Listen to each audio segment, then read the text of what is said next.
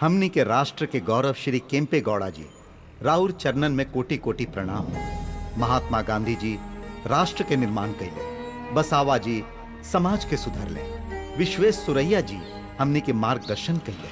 सब जाति धर्म भाषा के लोग एक साथ जिए ई सोच के रहुआ बेंगलोर शहर के बसैनी। राउर बसावल शहर के रक्षा कैल हमनी सब के फर्ज बा। राउर आशीर्वाद हमनी सब पर सदैव बनल रहे। ये चलचित्र रउआ के समर्पित बा।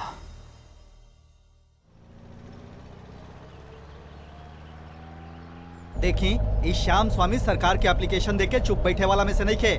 जब तक सरकार हमार काम ना करी हम चुप ना बैठब। हम केहू से भी डराए वाला नहीं की।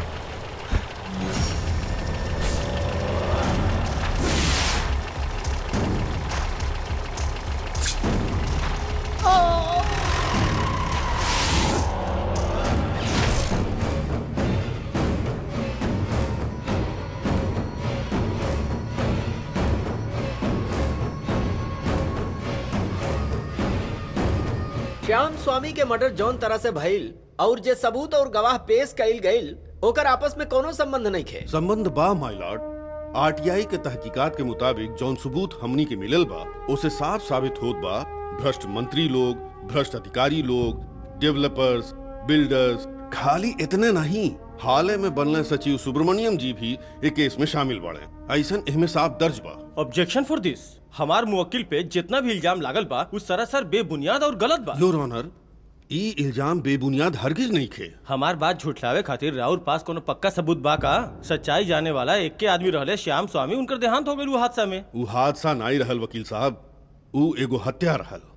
तहकीकात से साबित हो चुकल बा कि वो एक हादसा रहे। 44,000 एकड़ जमीन जौन सरकारी बा और ऊ सरकार के पास रजिस्टर्ड बा, ओके सरकार के कब्जा में लेवेक होकी। शहर में ए वक्त जौन क्रिमिनल एक्टिविटी चल रहल बा ओके रियल एस्टेट माफिया सपोर्ट कर रहल बा। लेकिन professionally he is a builder, developer. ये सब बात पहले याद काहे ना आइल इनकरा? हमनी के सब मंत्री पर जब ये इल्जाम लगावे ले तब वो यह कहे ले कि ई बिल्डर हमें, डेवलपर हमें। यही से ये साबित होता कि सब लोग हमेशा हमनी के जनता के हित में ही काम करे ले।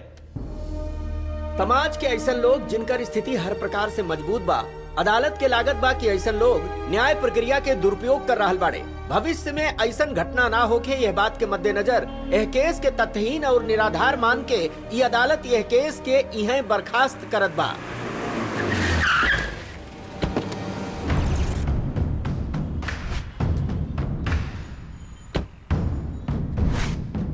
तू लोग ये सब काहे कर रहे हो? तू सब लोग मिलके यह बंगलोर के भला कर दे बका। PIL के सहारा लेके अखबार में बार बार मीडिया के साथ में मिलके हमार नाम उछाल देवे से हम डेरा जाइब का? CBI के नाम लेला से तू लोग के लागत बा के हम कांप जाइब का? तू लोग में से केहू भी हमार बाल भी बांका ना कर सकेला। जे एप्लीकेशन देलक ऊ एह दुनिया से चल गई। अब तू लोग मिलके हमार का बिगाड़ ले बा? तू लोग के धरना से घबरा के हम जौन जमीन के कब्जा में ले ले बानी ओके सरकार के वापस लौटा देब का? हमके लागत रहल कि सड़क पे एगो मूर्ति लगा के ओकर छांव में बैठ के तू लोग अपन टाइम पास कर रहल बाड़ा, लेकिन तू लोग तो केम्पे गौड़ा के सामने बैठ के धरना दे रहल बाड़ा। ट्रैफिक डिस्टर्ब हो रहल बा ऐसा आरोप लगा के ए मूर्ति के यहाँ से हटवा देब। याद रखिया, हिस्ट्री पढ़े में अच्छा लागेला, क्रिएट करे में ना। हिस्ट्री क्रिएट नहीं होखेला, रिपीट होखेला। तू लोग केम्पे गौड़ा के मूर्ति यहाँ लगैला, लेकिन ओके फिर से जिंदा करके यहाँ ला ना सकेला। मन ली उनके नहीं ले आ सकीला। यदा यदा ही धर्मस्य ग्लानिर्भवत भारत। सच्चाई होखी तो खुद ही है, तब तक सांस ले सकाला तू लोग, ओकरे बाद अंत निश्चित बा।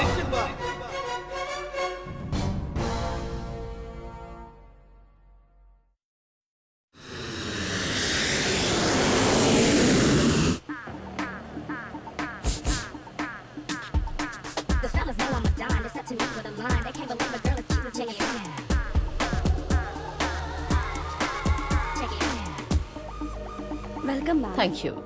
It's so hot. Wonder how people are living here. Tissue paper गाड़ी में बा मैम, नोट से मत पूछिए। Look, हमरा खातिर दोनों बराबर बा। I value money only in dollars, not in rupees. Ma'am phone. Hi Dad. तू पहुंच गेलियो बेटा? यहाँ सब लोग तुम्हारे इंतजार कर रहल बस पहुंचिए रहल बानी, रास्ता में बानी। ओके बेटा।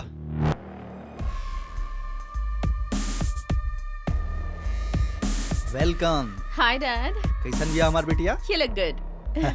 ताऊ जी। आवा बेटी। जजमान, अब तक सब लोग आ गए बाड़े, अब पूजा शुरू कर जा। Of course. 1 मिनट रुकी, केहू और आए वाला बा।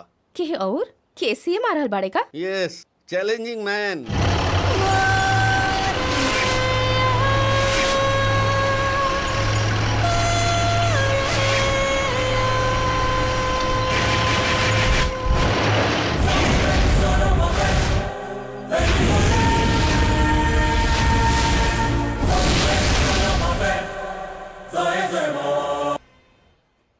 मजदूर खातिर रउआ हमके वेट करवनी।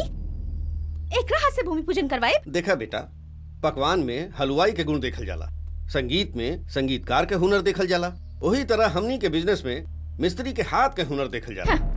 बिजनेस चलावे खातिर हाथ के ना दिमाग की जरूरत होखेला और ओकरा खातिर एजुकेशन चाहिए। हमार पुरखा लोग हमके शिक्षा देले बाड़न। पता बा का बा, आज जे मजदूर बाड़न उहे काल मालिक बनिहन। तोरा भितरी इतना घमंड, तू हमके सिखाइबे?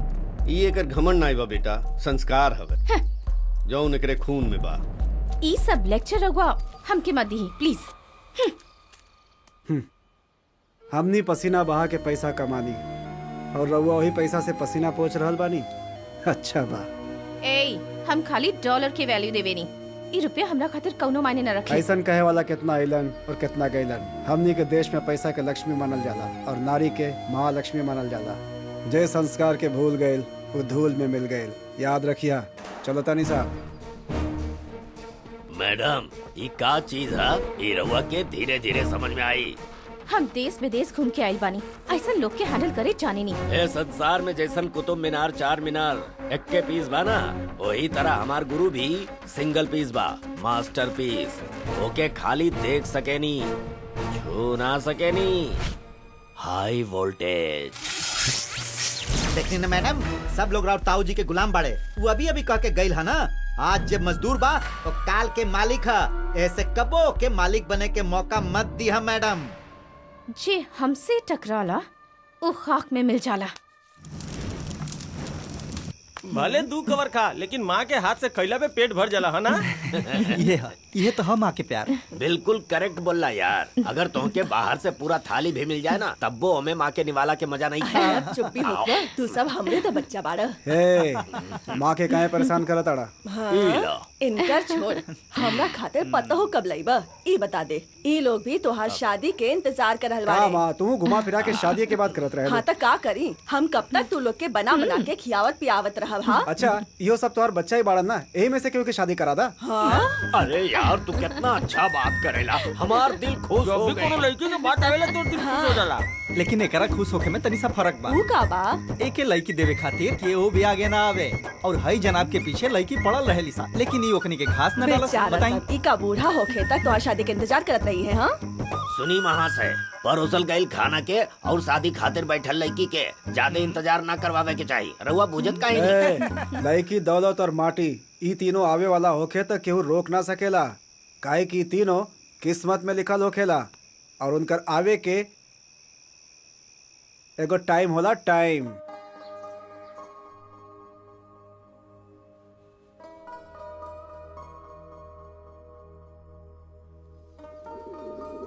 करुणा, करुणा, ला तू यहाँ बैठल बाड़ू। भले ही तू भगवान की पूजा कर चाहे मत करा, लेकिन ई कबूतर सबके दाना देल तू कबो ना भुला लो। हमरा खातिर ही काम पूजा से बढ़ के बा। ओ कैसे? पूजा करके हमने अपना खातिर जे मांगे नहीं उ बात पता ना भगवान तक पहुँचेला भी कि ना। लेकिन ई बेजुबान पक्षी हमना खातिर जब दुआ मांगे ले तब भगवानों के पूरा कैले बिना ना रह पावे अच्छा, ले। तो इनका दुआ में इतना ताकत होखेला? और ना तका जे इनसे प्यार करे ले, इनके पाले ले, उनका खातिर इस साफ मन से दुआ मांगे ले, बिना लालच के निस्वार्थ होखे ले। सब जानवर और पक्षी के जौना घर में पोसल जाला ओ घर में कबो दुख ना आवेला। तोहरा जैसन दयालु लड़की के कौनो अच्छा सा लड़का मिले, ई पक्षी सब इहे दुआ करत होखिए। उ तबा हमके एगो अच्छा लड़का मिल भी चुकल बा, उहे हमरे जैसन जानवर और पक्षी के बहुत प्यार करेला।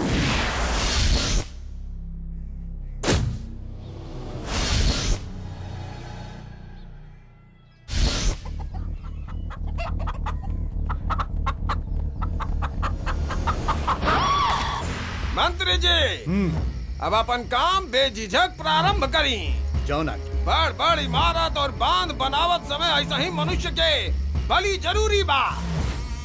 बलि देहला से चाहे कैसनो भूकंप आवे, इमारत होके चाहे बांध हुआ अपन जगह से कबो ना हिलेला। और साथ में हमके भी केहू ना हिला सकेला स्वामी जी। हाँ। RDX जय महाकाली। नमस्ते भाई।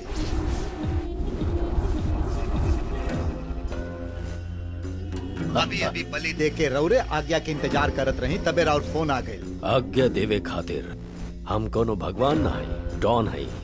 हम डील देवे नहीं। कौन deal? Casino deal. Casino deal? Las Vegas में और मकाओ में जैसन बा वही तरह के बंगलुरु में कैसीनो बनावे खातिर हमरा पास एगो ऑफर आइल बा। बोले RDX। सिटी सेंटर के पास हमके एगो बड़ प्लॉट चाहिए। बड़ प्लॉट मतलब कितना? ये है कोनो 30 एकड़। 30 एकड़ सिटी सेंटर के पास? कहाँ बा भाई? कोनो न कोनो तालाब के भरे पड़ी। ऐसन करे की जरूरत नहीं है। जौन तालाब भराइल बा ओके खरीद ला। ठीक बा। ऐसन एगो तालाब भराइल बा, केम्पा आमोदी तालाब। गुड, यही बखत कब्जा में लेला। अरे अरे RDX, अभी के अभी श्याम स्वामी के फाइल के आगे बढ़ावा। ऐसन हंगामा मचल बा यहाँ। ऐसन में अगर हम केम्पा आमोदी तालाब में अपन हाथ लगाई तो बहुते बड़ इशू बन जाई। नामुमकिन के मुमकिन कइल RDX के फितरत बा। हम जे तो से कहा रहल बानी सिर्फ वह करा। मजदूर रहल ना, गायब हो गई तो हो गई। जो ना इंजीनियर चाहे सुपरवाइजर के पास देख, गुलछर्रा उड़ा रहल होखी। साहब वो ऐसा नहीं बे साहब। तो के कैसे पता? आए आए आए। साहब आप अफसर हो के कैसन कैसन बात करत हई साहब। हैं? ना मजदूरन के सैल्यूट दे के इज्जत देवे पड़ी का? देवे के पड़ी।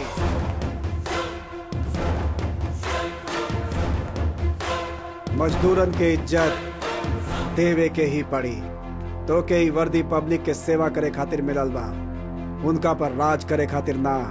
इज्जत से इनकर कंप्लेन लिखा। एड्रेस का एकरा पास कोनो आईडी प्रूफ बा का? जात पात के तो पता नहीं के, दू कौड़ी के मजदूर थू। ए, देश में जन्मल हर एक आदमी के एड्रेस हिंदुस्तान ही बा, और ओकर हिंदुस्तानी होखल ही ओकर आईडी प्रूफ बा। एकर कंप्लेन लिख ले रे। कहीं कोनो डेड बॉडी मिल गई ते के दे दिए। जे मिसिंग होले वो सब मरले मिलेले, ते जितना मरले वो सब मिसिंग रहेले। कहीं तू ए पुलिस स्टेशन से मिसिंग मत हो जाइए। आवाज नीचे।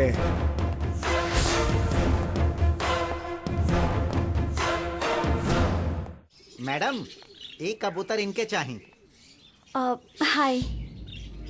ई हमके चाहिए, तू दूसरा ले ला। बात करे के कोनो तरीका होला। सो हार्श। तू चाहत बाड़ू हम रिक्वेस्ट करके तो से भीख मांगी? लुक, ई हमके चाहिए 10 गुना ज्यादा देब। हम एकर एडवांस में बुकिंग कराइले रहनी और आज सारा पैसा भी लाइल बानी। खरीदे में ही इतना परेशानी हो रहल बा, तब पाले में कितना तकलीफ होगी। ई पंछी अनाज के दाना खा ले, पैसा ना खा ले। Look, don't mess with me, okay? अगर हमरा से टकराइबू तू तो खाक में मिल जाएगी। तुमके अपन दौलत के घमंड बा त हमके अपन सिद्धांत के। हमहू जिद पर आ गइल बानी। देखत बानी कैसे ले लूं। देखी रवा दोनों लोग के पंछी के पसंद कैले बानी। अब ई जे के पसंद करी ऊ एके ले जाई। तो देखल जाओ ई के पसंद करत बा।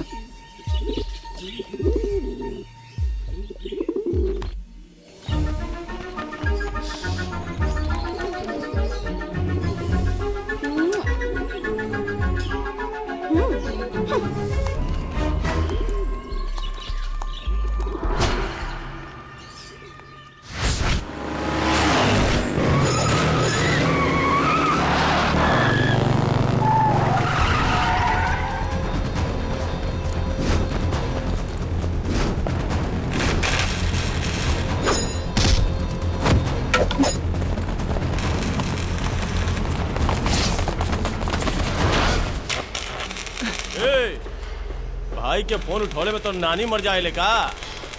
बात कर ले। हेलो। हम हफ्ता खाइला हलवा ना, तो हमार फोन ना उठैले एकर फाइन तलक बे करी। अब बात हफ्ता से ना बनी, बोल कितना शेयर देवे? कुछ कर ले तू, हम तो के कुछ नहीं देवे वाला। पैसा केकरा से और कैसे निकालल जाला ई RDX के पता बा। लागता तू ना मनबे। ए, ओकरे बिल्डिंग में ओकर बलि चढ़ा दा। ठीक बा भाई। ए, काट के डाल देकरा।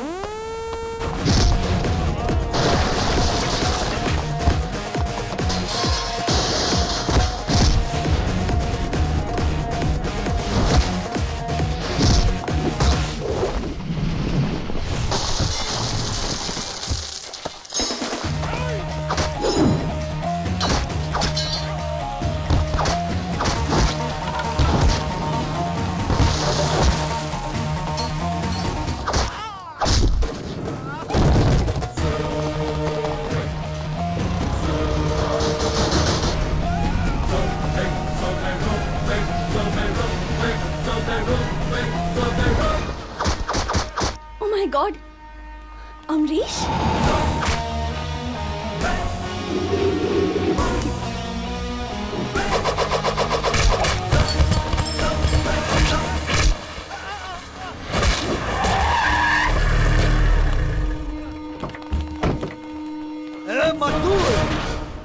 काले लेका तू फिर होके बचावे आ गई ले। हट जो रास्ता से। हमारा रास्ता सीधा होखेला, टेढ़ मेढ़ ना। एक बार सिरा तान के खड़ा हो जाई, हटे के सवाल ना पैदा होखेला। केकरा से टक्कर ले रहल बड़ा, पता बतो के? इंसान के देख के हम ओकर ताकत ना अकेला, और अगर एक बार सीना तान लेनी तो सामने के भाई ना देखेला। मजदूर होके शेर के कलेजा रखेले तू।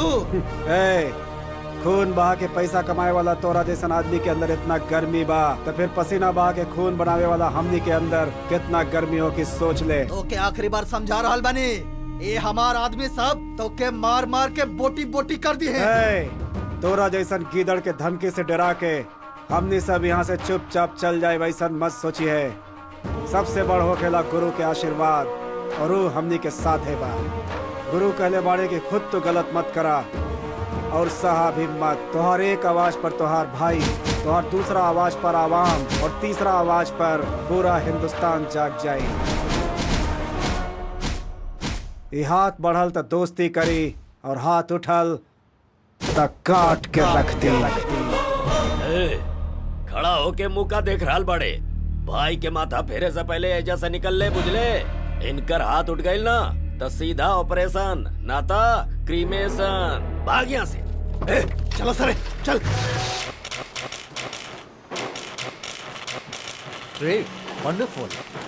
डैड, अभी भी फोन आइल रहल कि रउआ पे अटैक भइल बा, ताकि रउआ तो हंसत आ रहल बानी। सही वक्त पर आके अमरीश हमके बचा लेला। अब चिंता की कोनो बात नहीं।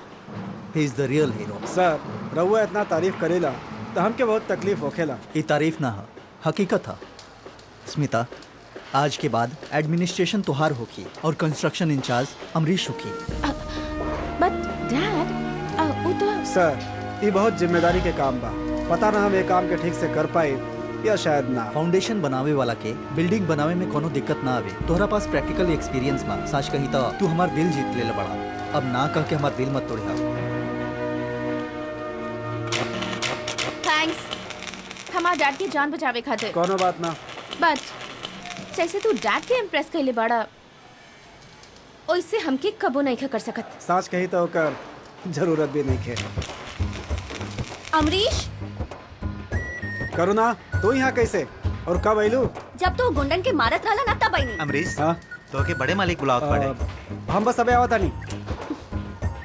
ये कबूतर के भी बुकिंग कइले बाड़ू का?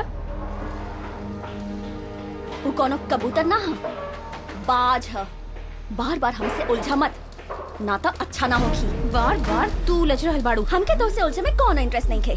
हम जहाँ जाए नी पीछे पीछे तू आवेले। लुक, ओ दिन तो हम तोरा खातिर ओ कबूतर छोड़ देले रही। तू ओके ना, ऊ तो के छोड़ ले रहला। तो कि हम दोबारा ऐसा मौका ना दे हब।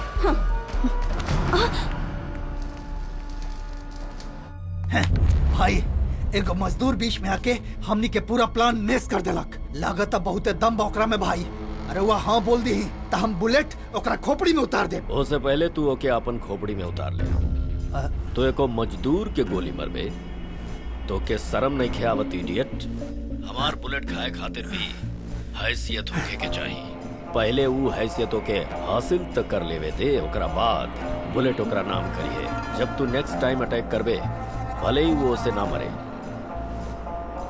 एटलीस्ट धमाका जरूर होके के चाहिए। करुणा, हमार बात सुना। रुक जा करुणा। हे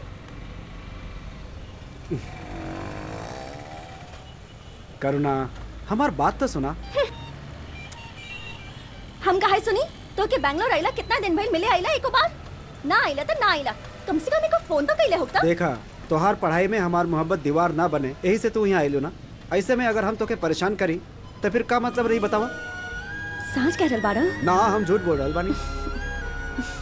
तोरा बिना अच्छा ना लागेला, पढ़ाई में भी मन ना लागेला हमार। पता बा तोके जब से तोके देख ले बानी कितना खुश हो गेल बानी हम। लेकिन थोड़ा सा दुख भी हो रहल बा। दुख हो रहल बा? ऊ का है? और का वो आगे रहल ना वहाँ चुड़ैल कहीं के घमंडी भी आओ। ओके देखनी तब पता चलल कि तू ओकर कंपनी खातिर काम करेला। अच्छा तू ओके जाने लो का? जाने नहीं, अगर हमार बस चले ना तो हम ओकर पूरा मुंह नोच ली। वो तो बस तू वहाँ रहला ये सोच के हम चुप रह गई नहीं। ला वो तो से भी लड़ बैठल ना। मतलब वो तोरा से भी झगड़ा कर चुकल बिया? वो तो बार बार चलते रहेला। चलते रहेला ए झगड़ा हमार माँ वो ते क्रैक बिया। अब ओकरा बात के लेके तू अपन मूड काहे खराब कर रहल बाड़ू? छोड़ा ना। ओकरा पे हमें सही गुस्सा रहल करी है। हमार सोना एगो बात बताई, वो जब भी हमसे मिले ले अपन दौलत के घमंड दिखावे ले। हमने के शादी तक तुम्हार ख्याल रखल हमार फर्ज बाना। हवा के रुख कब बदल जाए और औरत के दिमाग कब फिर जाए ऊपर वाला भी ना बता सकेला।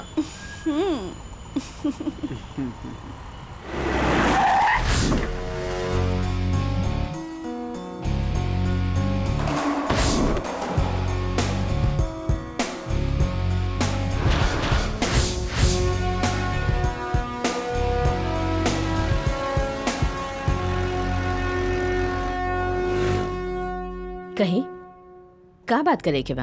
आई एम जय सूर्या फ्रॉम मयूरा ब्रिगेड कंस्ट्रक्शन ग्रुप। रिसेंटली हमरा ऊपर अटैक भइल रहल, भाग से हम बाँच गई नहीं। हमके अपन बिजनेस छोड़े के होखी, चाहे अपन जान गंवावे के होखी, ना तो उनका डिमांड के पूरा करे के होखी। ई तीनों के छोड़ के रवा कंप्लेन करी। मैडम का कंप्लेन करी और केकरा पर करी?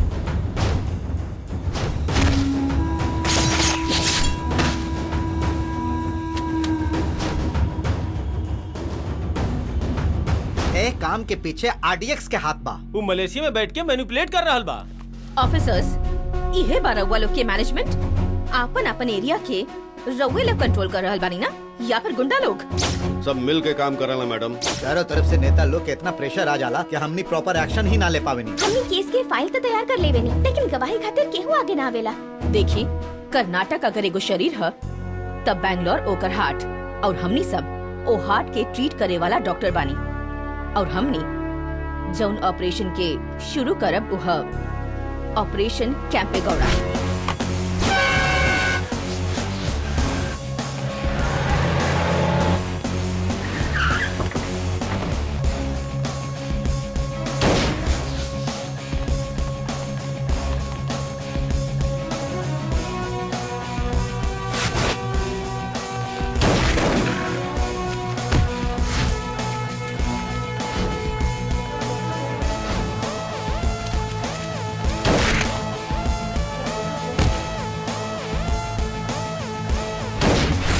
देखिए बैंगलोर के सब समस्या एक दूसरा से इंटरलिंक हो चुकल बा। यही से खास समस्या खोज के ओकरे जड़ से उखाड़े के फेंके खातिर सही फैसला लेवे के जरूरत बा। क्रिमिनल्स के आपन सब एक्टिविटी छोड़ के साइलेंटली सरेंडर करे के होगी। रियल एस्टेट माफिया के भी खात्मा करे के होगी। सुनी मंत्री जी, अगर एक ऐसा ही छोड़ देनी तो ही हमनी के जड़ तक पहुंच जाई। सावधान। जड़ तक पहुँचे खातिर हमें के छोड़ब तब ना, हमें के ही जड़ से उखाड़ के फेंक दे। का बात है पांडे, काम धंधा छोड़ के खाली पेपर ही छान रहल बाड़ा। पेपर पढ़ के तोहरा लेखा बोल वचन दे के वक्त गवावे वाला दिखे लिखा। मैटर मैटर पढ़े नहीं हम मैटर। तू खाली अपने का देख रहल बाड़े यार, हमार भी देखना भविष्य। तोर जन्म कुंडली में कौनो नक्षत्र सही नहीं खे, ऐसे तोर भविष्य ठीक नहीं खे। तोर माँ बाप शादी से पहले जन्म कुंडली मिलौले रहे का। ई अंकल के किस्मत 0 बा, तोर न्यूट्रल बा। ई दोनों अनाज के दुश्मन के कोनो ठिकान नहीं खे। उ कहा कि तू सब लोग हमार दोस्त बड़ा ना, ऐसे हमार किस्मत के बल पर तू लोग के अच्छा चल रहा बा। अरे छोड़ ना यार, चल तोरे ट्रैक पर हमनी के अपन गाड़ी चला लेत बनी। तोर भविष्य में का लिखल बा चल तू ही पढ़ ले। जातक के जीवन में बहुत जल्दी एगो कन्या के आगमन होखे वाला बा। राजयोग प्राप्त होगी। हाँ, अपन संयम मत खोइया। ई कौन धांसू लड़की बिया रे जे तोरा रास्ता में आवे के जरूरत करी? आ गइल। वो देखा कितना मीठा गुलाब जामुन आ रहल बिया।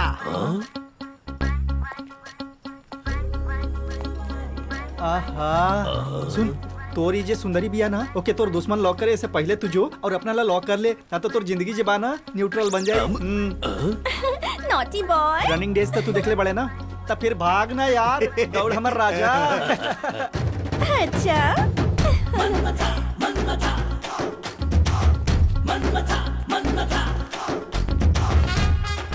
वाह, ई हमरा ला जन्मल बिया। टोपीबाज यहाँ का है? हाँ? अरे केला के छिलका। हैं? करिया केड़ा? ए, एक्सक्यूज मी। अरे हट जा। अरे नाजुक बदन पर टूट गई। नॉनसेंस। ए, चुप ले। अरे तू बीच में काहे ले रे? तू बीच में का है ले? वो लड़की के बचावे आल रहले के पकड़े। ए, वो तोर भाभी ही है बबुआ। भाभी होगी तोर। ए, औकात में रह तू। अंगुरी मत दिखावा। ते लात दिखाई तो क्या? अरे कॉमन हीरो लोग के फाइट बा। तब पिछवाड़ा फाइट कर जाओ। चला जाओ।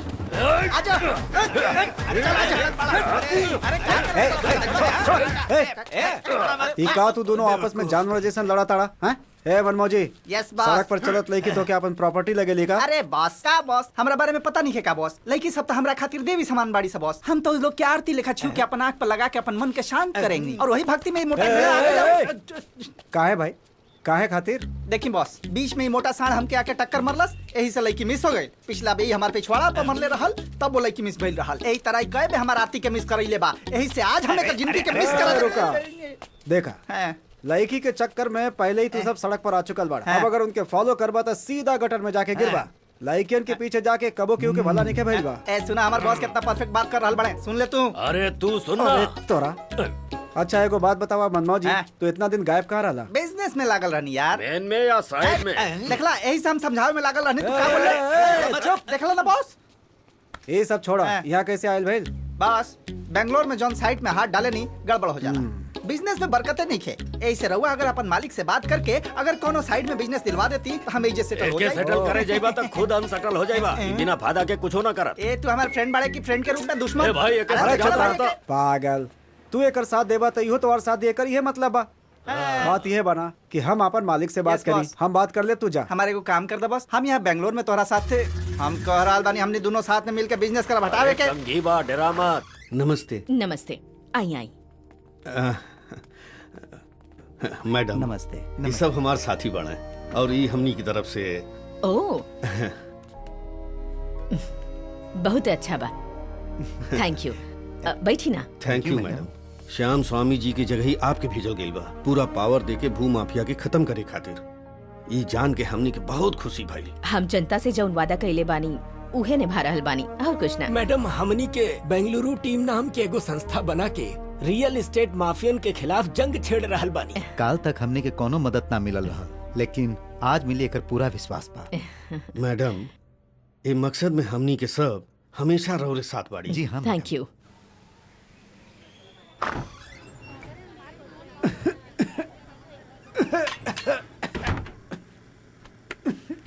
माँ खाना बना रहल बाड़ू कि मच्छर भगा रहल बाड़ू? ना, हम तोरा खातिर होम करल बानी बेटा। काहे माँ तू हमके खुश नहीं दिखल चाहत का? का मतलब? हम तो अभी नादान बानी, हमार बचपन अभी गइल कहाँ बा। बाकी तोहार तो उम्र हो चुकल बा, तू काहे मजाक करत आड़ू? मतलब तोहार नजर में अगर कोनो सुंदर लड़की भी आ तो के फटाक से ले आवा। का कहला? सुंदर लड़की चाही तो के हाँ हमरा रहते तो के दोसर लड़की चाही हाँ हमरा में का कमी दिख रहल बा तो के बोला सोच रहल बाड़ा तू हाँ अभी दिखावत बानी तू ही कहले रहला ना कि पहले पढ़ाई पूरा करना फिर शादी करे के अब पढ़ाई पूरा हो गई बात दूसर लड़की खोज पा और हमरा में कमी खोज बा तू और हाँ? का हमार माँ के आवाज में तू हमके हलवा खिया के कोशिश करबू तो हम मीठा खेले बिना रहब का हाँ हैं? हाँ अच्छा बतावा तू यहाँ का कर रहल बाड़ू? शादी से पहले घर चलावे के प्रैक्टिस करल बानी ई प्रैक्टिस तो के अपने बाप के घरे ना करे के चाहिए। वहाँ तो माँ बाड़ी ना सब करे खातिर ओ लेकिन हमार माँ कहाँ बाड़ी? ई बखत उनकर का जरूरत बा मतलब मतलब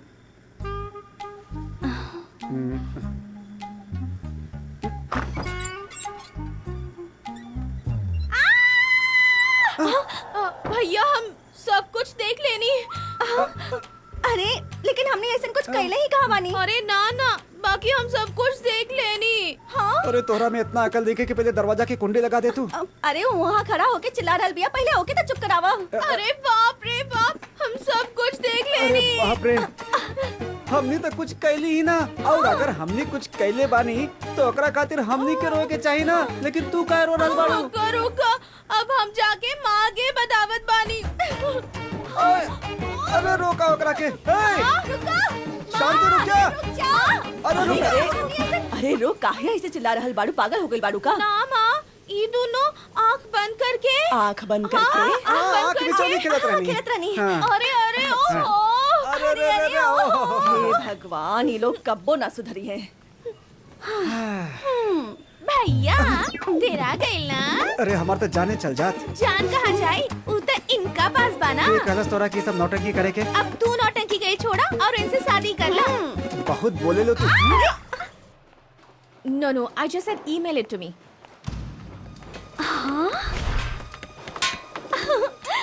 देखा देखा यहाँ का आई बिया।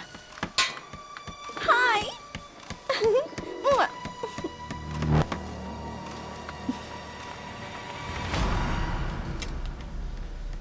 प्यार करेलू का? हाँ? कब से चल रहा भाई? 5 साल से काहे तू कुआं के मेंढक बाड़ू अब तक दुनिया नहीं को देख ले तू। पल भर में सेक्स चेंज हो जाला आज के जमाना में और तू प्यार पर अभियो विश्वास करेलू। बहुत भोली बाड़ू। इंडिया अगर तोहरा हिसाब से कुआं है तो हमरा खातिर ये कुआं बहुत बा। अपन दिमाग के बीमारी दोसरा में मत फैलावा। हमार बॉयफ्रेंड हमेशा हमरे रही तो तोहरा सिवाय केहू के देखबो ना करेगा? सवाले नहीं खे सवाले नहीं खे या फिर ओके मौका ही ना मिलल। ऐसा मौका उ बहुत ठुकराइले बा। तोर पाला हमरा से पड़ल बा हमहू देखत बानी।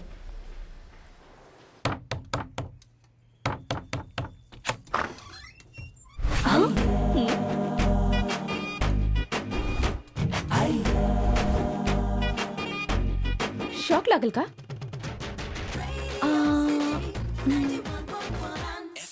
उ बाड़े ना का? उ के मतलब हमारा होखे वाला केकरा से बतिया रहल बाड़ू तू? माँ जी हमार नाम स्मिता है। राउर बेटा जहाँ काम करेला ओकर ओनर है। अरे बाप रे सच में आवा आवा अंदर आवा। नमस्ते माँ जी। नमस्ते नमस्ते नमस्ते। देखे में तो बिल्कुल परी जैसन लग रहल बारू कहीं तो के हमार नजर ना लग जाए बेटी।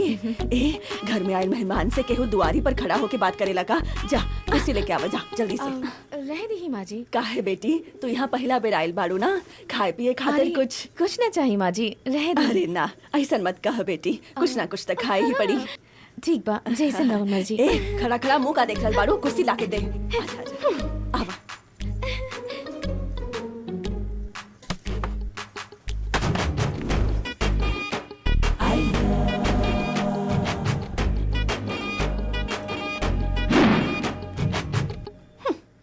अगर उहो यहाँ होते तो अच्छा हो कितना। अरे बेटी उस सुबह सुबह ही काम पे निकल जाला ना। काम में वो बहुत सिंसियर बाड़े माँ जी। हम तो एक्चुअली रउए से मिले आई बानी। हमरे से मिले काहे बेटी लचाई लो। Thank you. राहुल बेटा के देख के ही लगेला कि उनके जन्म देवे वाली माँ कितना महान हुई है। रउआ उनके कितना अच्छा संस्कार दिले बानी। हे भगवान स्टोव तो जलते छोड़ाई बानी। तहरा से तो हमके भी बहुत कुछ सीखे के बा। तो के का सीखे के बा?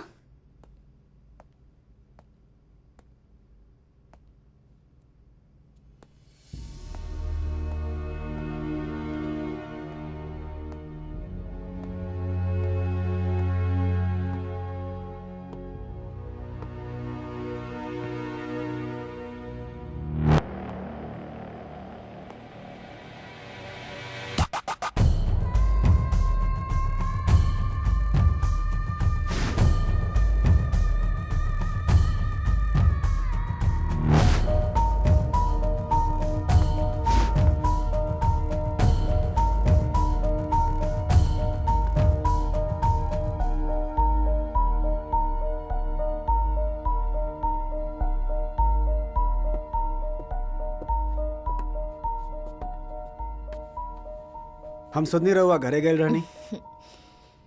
जी हाँ, तू सिंपल होके भी सुपर बड़ा। तोरा अंदर कौनो ना कौनो पावर जरूर बा। ऊ पावर हमके तोरा और खींच रहल बा। दिल कहता तोरा बारे में सब कुछ जान ली। रहुआ अगर हमरा बारे में जाने के ही रहे तो हमारे दोस्तों से पूछ लेती। केकरा से पूछ लेती? ऊ सीमेंट रेत के बीच काम करे वाला लोग से। इंसान के जब ऊपर आवे के मौका मिलेला ना, ओके पहचाने के नजर चाहिए। लेवल चेंज भइला के पहले स्टैंडर्ड बदल जाला। का कहनी रहुआ? सीमेंट और रेत के बीच काम करे वाले राउर साम्राज्य के बुनियाद उहे लोग बाड़न। ऊ ना रही हैं तो रहुआ भी ना रहब। जब हम तकलीफ में रहनी तो वो लोग हमारे साथ ना छोड़लन, और आज हमारा पास पैसा आ गए तो हम उनकर साथ छोड़ दी। हम कितनों ऊंचाई पर चल जाएं, हमारे स्टैंडर्ड कबो ना बदली।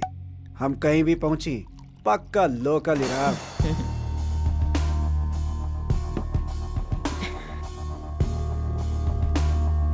ये तो हर इहे अदा हमके बहुत पसंद बा। बट तू बदल जा। बदले खातिर हम कोनो बिकाऊ सामान नहीं खी, पैदाइशी खुददार बानी। मुश्किल बा बदलल। मतलब के बात करा। ओके।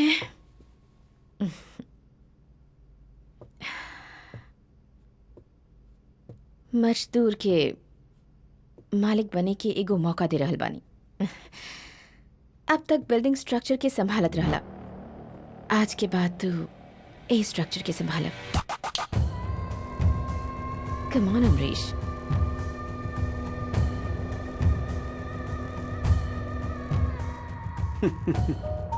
बुरा बखत में मती मारल जाला ऐसन कहावत बा, लेकिन ना तो हमार मती मारल गइल बा और ना हमरा और साथ दांव खेलल चाहता।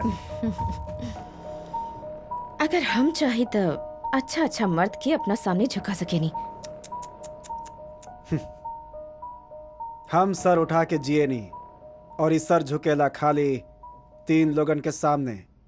जन्म देवे वाली माँ के, रोटी देवे वाला मालिक के, और हमरा प्यार करे वाला हमरा आपन लोग के। इतना हिम्मत कि तू हमके ठुकरा रहल बाड़ा?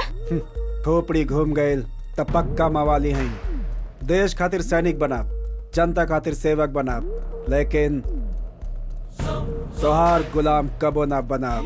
देखा, दूसरा के रास्ता में कांटा बोबू तो लहू लुहान खुदे हो जाइबू। अमरीश, तू बहुते बड़ गलती रउआ कर रहल गलती बाड़ा। ना करिए खातिर रउआ के सीख दे रहल बानी। आदमी के हाथ से समझावे नहीं, औरत के जुबान से। रउआ बीच के मत बनी। हम गिरे वाला मर्द ना बानी, गिरावे वाला बानी। जौन चीज हमके ना मिले उके हमके ना मिले। चीज और इंसान में का फर्क होला पहले ही तो समझ ली। देहल या ना देहल बाद के बात बा।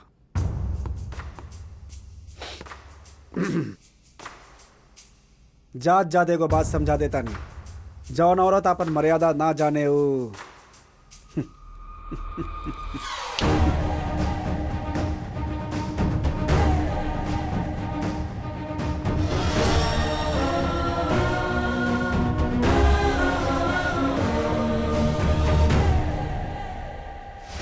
शादी के बाद किस्मत चमकी। लड़की कहाँ मिल रहा बिया यार।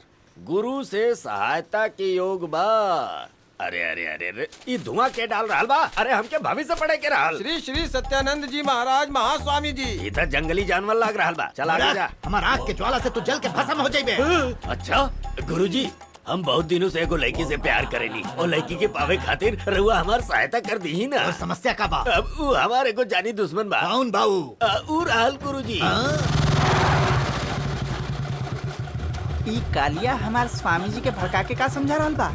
ढेर जाने के पड़ी। हाँ, नमस्ते नमस्ते, गुरुजी। नमस्ते। का बात बा मनमोजी, तू यहाँ? ऐसा कुछ नहीं के, हम अपन रति विज्ञान के खोजत आइल हनी। वैसे का बात बा, हम लोग के इतना बढ़िया घर दिलवाइनी, फिर वही मोटा गेंडा कालिया कुत्ता के साथे ऐसी रोड पर काहे घूम रहल बानी? मनमोजी, तू घर तो दिलवा देला, लेकिन घरवाली के दिलवाई? का बा ना गुरुजी के रउआ अपन मंत्र शक्ति से अपन पुरान प्रेमिका के वशीकरण करके खींच सके। मनमोजी, हाँ जी। हम पुरनकिए के खोजत एने ओने भटक रहल बानी। रहुआ ओके फोन काहे नहीं की कर? हाँ तो येलो पेज ओपन करके देख ली, वहाँ अरे पर मिल कहीं ना जाएगी। यही में एकरो को समस्या बा जेके सुलझावे खातिर हम यहाँ खड़ा बानी। ये काला गेंडा के भी कोनो समस्या हो सकेला का? ए, खुद तक कोनो लड़की सेट ना कर सकेला, ऐसे ऐसा लुच्चा लोफर के मदद से अपन सेटिंग के चाहत बड़े। हम लुच्चा लोफर के सपोर्ट ली तो के का मतलब? कान खोल के सुन ले तू, इटकला मंदिर में बजावे वाला कोनो तबला ना है, बुझ ले तू। और वो लड़की से हमारे जन्म जन्म के नाता बा। तू दोनों के बीच में कोनो एग्रीमेंट बा? हाँ, भगवान हमनी दोनों के नाम लिख के पहले ही से वो किताब के बंद कर देले बड़े। अरे वो किताब में तोर नाम लिखला, बरसन बीत गए, अब हमार बिया। एक काला गेंडा तू ना बचबे। का ना बचबे रे? तू ना बचबे, बताई तो अरे वो हमार बिया कह के काहे आपस में लड़त पड़ा? काऊ कबो बतैलस कि तू दोनों में केकर बिया हूँ? कहाँ बिया बतावा? हमके नहीं के मालूम। गुरुजी, ये ही है राहुल बहू।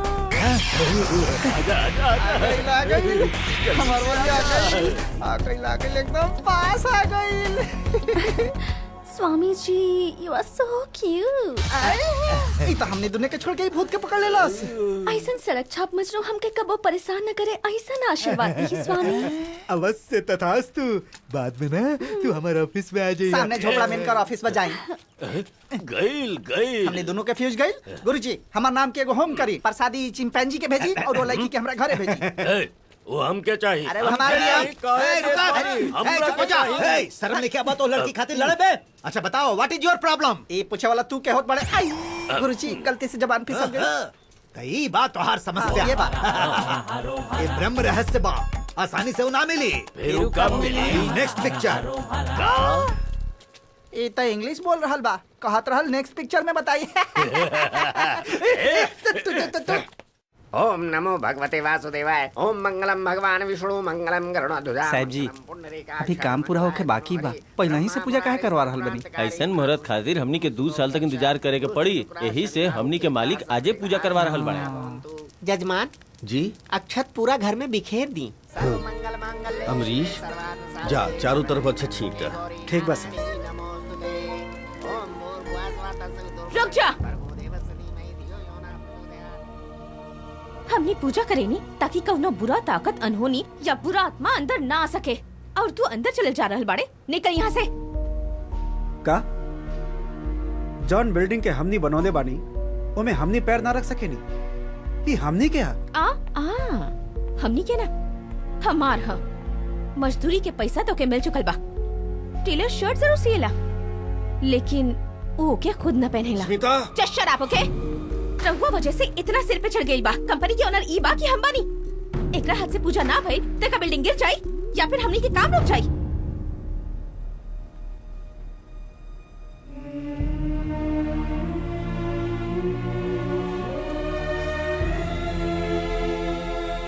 अमरीश, अगर तोहरा में तनियो सा स्वाभिमान बा तो अभी के अभी नौकरी छोड़ दा।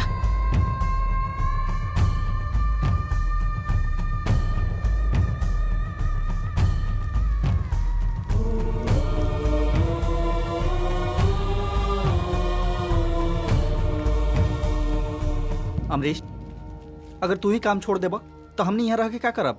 हमने सब भी काम छोड़ देब। देखा अमरीश, आधा खाना खैले से सेहत ना बनेला और काम अधूरा छोड़े से काम ना पूरा होखेला। आज वो आधे में पूजा रुकवा देले बिया, सांच में वो बर्बाद हो जाई, देख लिया। अरे ऐसन बात ना करल जाला। तू सब लोग काम छोड़ देबा तो ही हमके अच्छा ना लगी। हम खाली नौकरी छोड़ रहल बानी, ये कॉलोनी ना। ए अमरीश,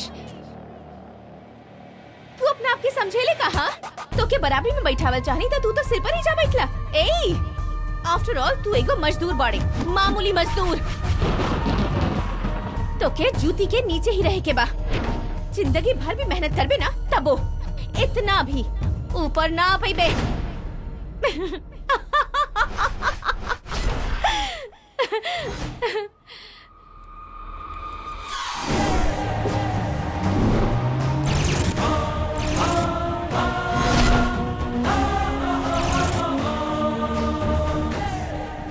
छोट छोट गली में घूमे वाला रास्ता भटक जालन, लेकिन हम हाईवे पर चले वाला बानी। बर्बाद हो जाए लेकिन गुलाम ना बना। तो के एगो बात समझावता नहीं, इंसान भले ही कितनो ऊपर चल जाए, भले वो बादल की ऊंचाई पर बिल्डिंग खड़ा कर देवे, बाकी आखिर में चले खातिर ओके जमीन पर ही आवे के पड़ेला। ई मत भूलिया। ए, बहुत बड़ बात कर रहल बाड़े ना।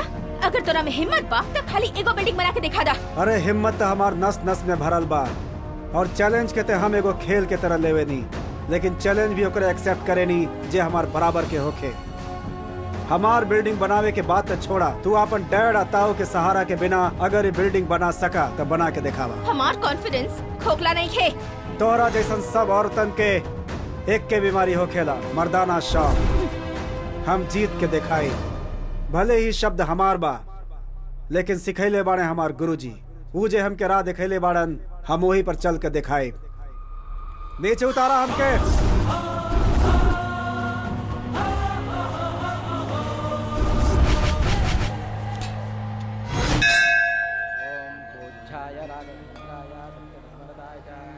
अमरीश, माफ करी सर, रउआ विश्वास से हमके काम सौंपले रहनी, कंपनी के जिम्मेदारी भी देले रहनी, लेकिन हम रउआ के बिना बतौले चलिए नहीं। माफ करे वाला हम के हैं बेटा, ऊ तू हवा। तुहार काबिलियत के जनले बिना ऊ तुहार बेइज्जती कर देलस। बकिर हाँ, तू ईंट के जवाब पत्थर से देला और यही नाते हमें बड़ा खुशी भई। रोटी देवे वाला हाथ जब बेइज्जती करे तो ऐसा करे के ही पड़ेला सर। सर, एगो बिल्डिंग बनावे में, एगो 5 स्टार होटल बनावे में, एगो मॉल बनावे में इतने का है, एगो छोट घर बनावे में भी मजदूर लागेलन और ओकरा बाद वो अशुद्ध हो जालन। हम सही कहनी ना सर? बिल्कुल सही कहला। यही से वो घमंड के मूर्ति के हम एगो सबक सिखावल चाहता नहीं। मतलब? हम अपन खुद के एगो कंपनी खोल के बिल्डिंग बना के बिजनेस करे के फैसला कैले बानी। का? गुड। जोनो चीज के जरूरत होके ना तो के बिना संकोच मांग लिया। हमार ताकत हमार गुरु बाड़न और हमार दौलत ये हमार आपन बाड़न। सिर्फ राउर आशीर्वाद चाहिए सर, बाकी सब लोग संभाल लिया। ला, घंटी भी बाज गई। ऐसे शुभ समय और का हो सकेला? वो सब तो ठीक बा, लेकिन बिल्डिंग बनावे खातिर प्लॉट कहाँ बा? ओ काम तुहार फ्रेंड करी। अमरीश, एगो एनआरआई प्रॉपर्टी बा, ओ नागा रेड्डी गैंग वाला लोग ओके कैप्चर करे वाला बने। उनके फेस करके लिटिगेशन क्लियर कर लिया आई, तब पोजीशन दिलवावे की जिम्मेदारी हमार।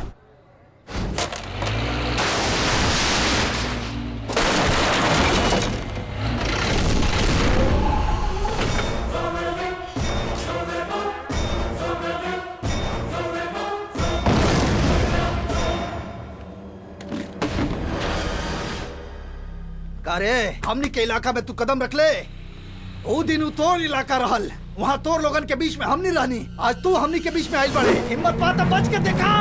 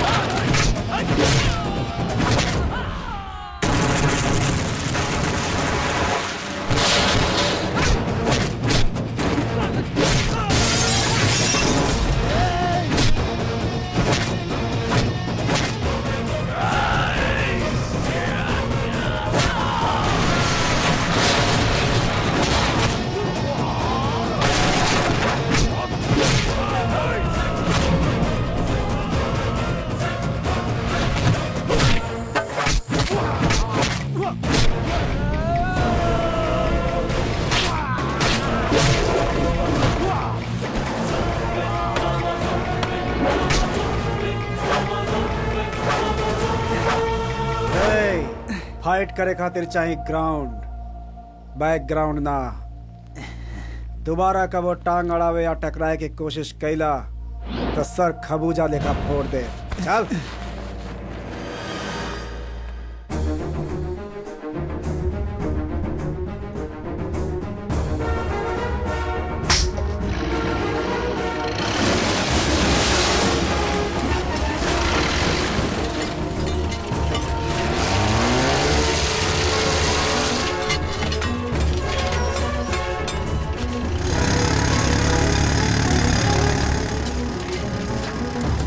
आज कल जे हमनी के सामने खड़ा बा वो बा सूर्य नारायण और ओकर टीम। ओकरा खातिर हमरा पास एगो सॉल्यूशन बा। वो का बा? स्मिता, सच्चाई खातिर ताऊ और भतीजी अलग अलग हो गिल बने।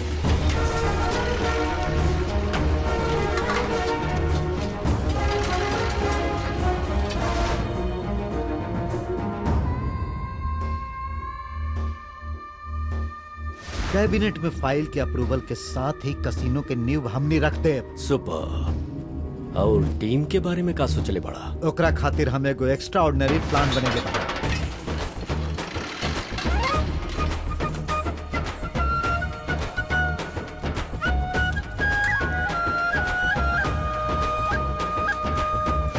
सर, ये है स्मिता मैडम। नमस्ते मैडम। नमस्ते। ओल्ड रिनाउंड आर्किटेक्ट बनावे के अच्छा मौका आइल बा जे हमेशा से राउर सपना रहल बा। बिल्कुल। उका कैसीनो कैसीनो कंस्ट्रक्शन के प्रोजेक्ट पूरा करे के जिम्मेदारी हम रउआ के दे रहल बानी। तू अपन डैड और ताऊ के सहारा के बिना अगर ये बिल्डिंग बना सकेलू तो बना के दिखावा। डन, I accept it. But on one condition. उका Whole and soul. Total work contract. क्या बात बा? Including finance. हमार कंपनी ही देखी। हाँ ठीक बा। गेम तो शानदार बा, प्लान जानदार बा, प्रोजेक्ट वाली भी खूबसूरत बिया। लॉक करही के होखे। माँ, भैया एक वक्त परेशान बाड़े, ऐसे में ये सब करे के का जरूरत रहल? हाँ माँ, ऐसा समय में ये करे के का जरूरत रहे? अरे बेटा, हमनी के तकलीफ बा ठीक बा, लेकिन हमनी अपन रीति रिवाज कैसे छोड़ सके नहीं। हमार बहन के का शिकायत बा? भैया जब लड़की माँ बने वाली होके ले तो ओकर गोद भराई कई के ओके ससुराल भेज देल जाला। तू तो बच्ची बाड़ू और अब एगो बच्चा के माँ बनबू, तो अपन ख्याल रखिया, हमेशा खुश रहिया।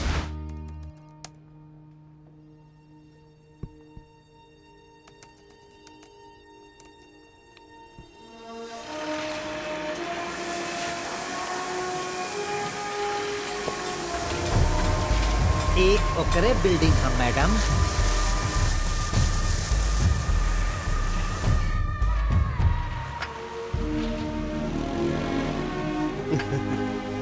हम बहुत खुश बानी।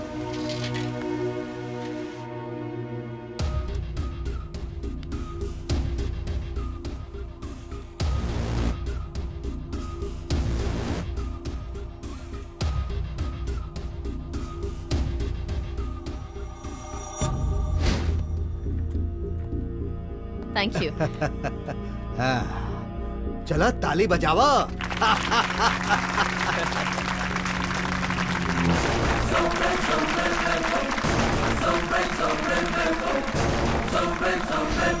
एकर काम कब से शुरू कर रहा बड़ा? केम्पे गौड़ा जयंती के दिन सूर्य नारायण के सामने जनता के बीच।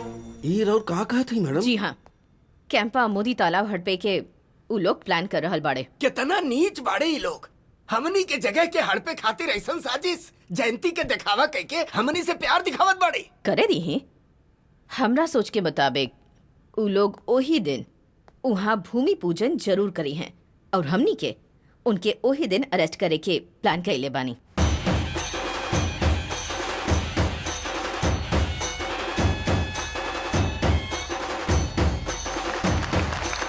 सब लोगन के हमार प्रणाम।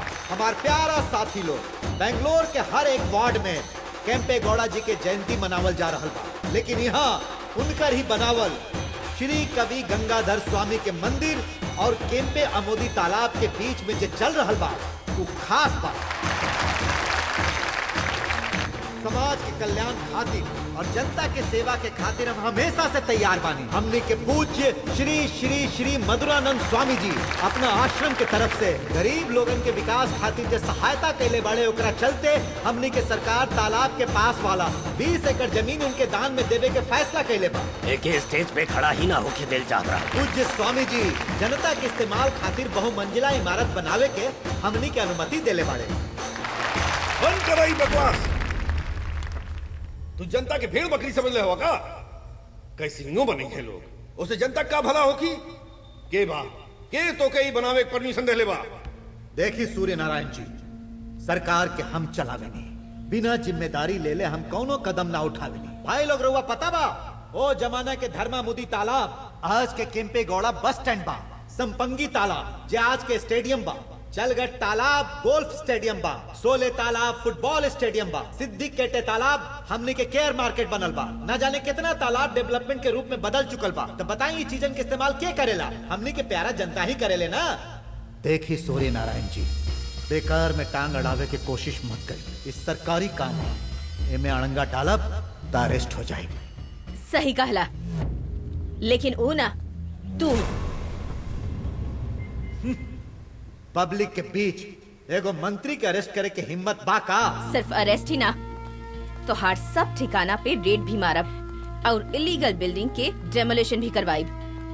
तोहरा जैसन चोर के पब्लिक के सामने नंगा कर दे, तबे तो हर औकात का बा ई जनता के पता चली। केकर औकात का बा ये अभी पता चल जाए। हमार औकात का बा ई जान के ही जनता हमके चुन के ले आवेले, लेकिन तुहार औकात का बा इहो सभे के पता चले के चाहिए। 4 मवाली सबके पाल के सरकारी जमीन हड़पे वाला तोहार जैसन चोर से हमके आपन औकात जाने की जरूरत नहीं है। बिल्कुल, हम तो कुछो न कहा, सब कुछ जनता ही कही। जी मैडम, बिल्डिंग डिमोलिश करे के धमकी देके हफ्ता वसूल करेली। एगो तो ठीक बा, हमने के दो फ्लैट कैसे दे सकेली? महीनन से जांच पड़ताल चलत रहे और सारा पेपर सही निकला, तबो मैडम बिल्डिंग नहीं के बनावे दे। सेंचुरी से एयरपोर्ट के रास्ता बनवावे में कितना हफ्ता वसूल कैले रहनी पता बा? अब ही कुछ सेकंड के अंदर होम मिनिस्टर साहब के फोन आ जाए। हेलो,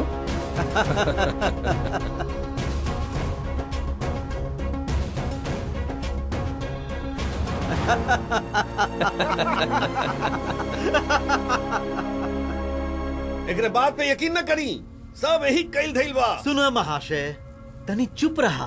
केम्पे गौड़ा के नाम से जौन खेल तू लोग खेल रहल बाड़ा, भले ही वो जनता नहीं समझत, लेकिन केम्पे गौड़ा जी के आत्मा तो सब समझ रहल बा ना। ओए, चिल्ला मत। वो एग्रीमेंट के इने लावा। देखा, सब लोग देखा एग्रीमेंट के, गौर से देखा। जौन जमीन खातिर ये इंसान हमसे बहस कर रहल बा, वही जगह पर कैसीनो बनावे खातिर राजी होके एग्रीमेंट कैले बा इनकर कंपनी, और खुद ए पर इनकर भतीजी साइन कैले बिया। अब कुछ सेकंड में वो यहाँ आई और भूमि पूजन करी। सुना मैडम, आज के बाद इस जगह के बारे में कुछ भी कहे के तुम्हारा औकात नहीं है। तुम्हारी रणतंत्र बा तो हमारी षड्यंत्र बा। केम्पे गौड़ा जी के गिरेबान पे हाथ डाल रहा बड़ा तू, अब तोहनी में से केहू जिंदा नहीं बची। ये केम्पे गौड़ा जी के डर से ए जगह के छोड़ दी का? देखा कैसे खामोश खड़ा बाड़े। अब तू खामोश हो जा। यहाँ कौन माई के लाल बाजे हमनी के रोकी?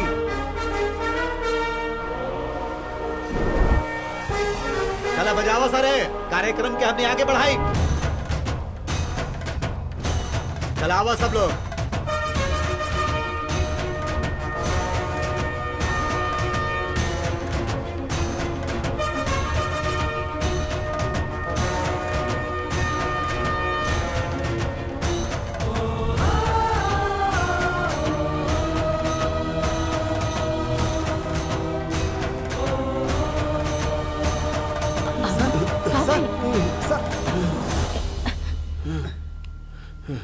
सर, सर, सर,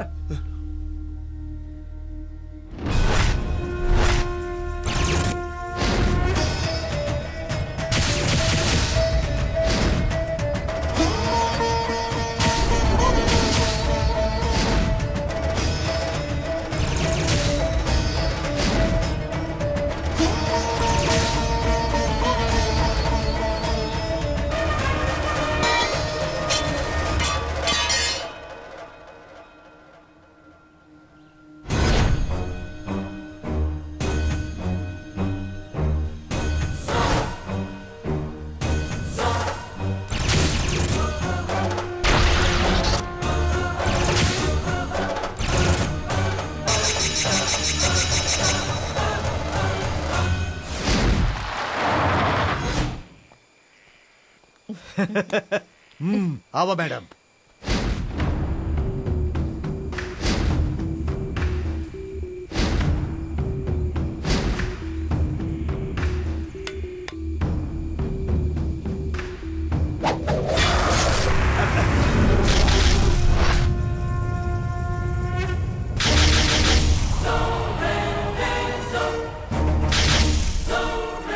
अगर 1 इंच भी आगे बढ़ला तो सबके काट के रख दे। ए, के बाड़े रे तू?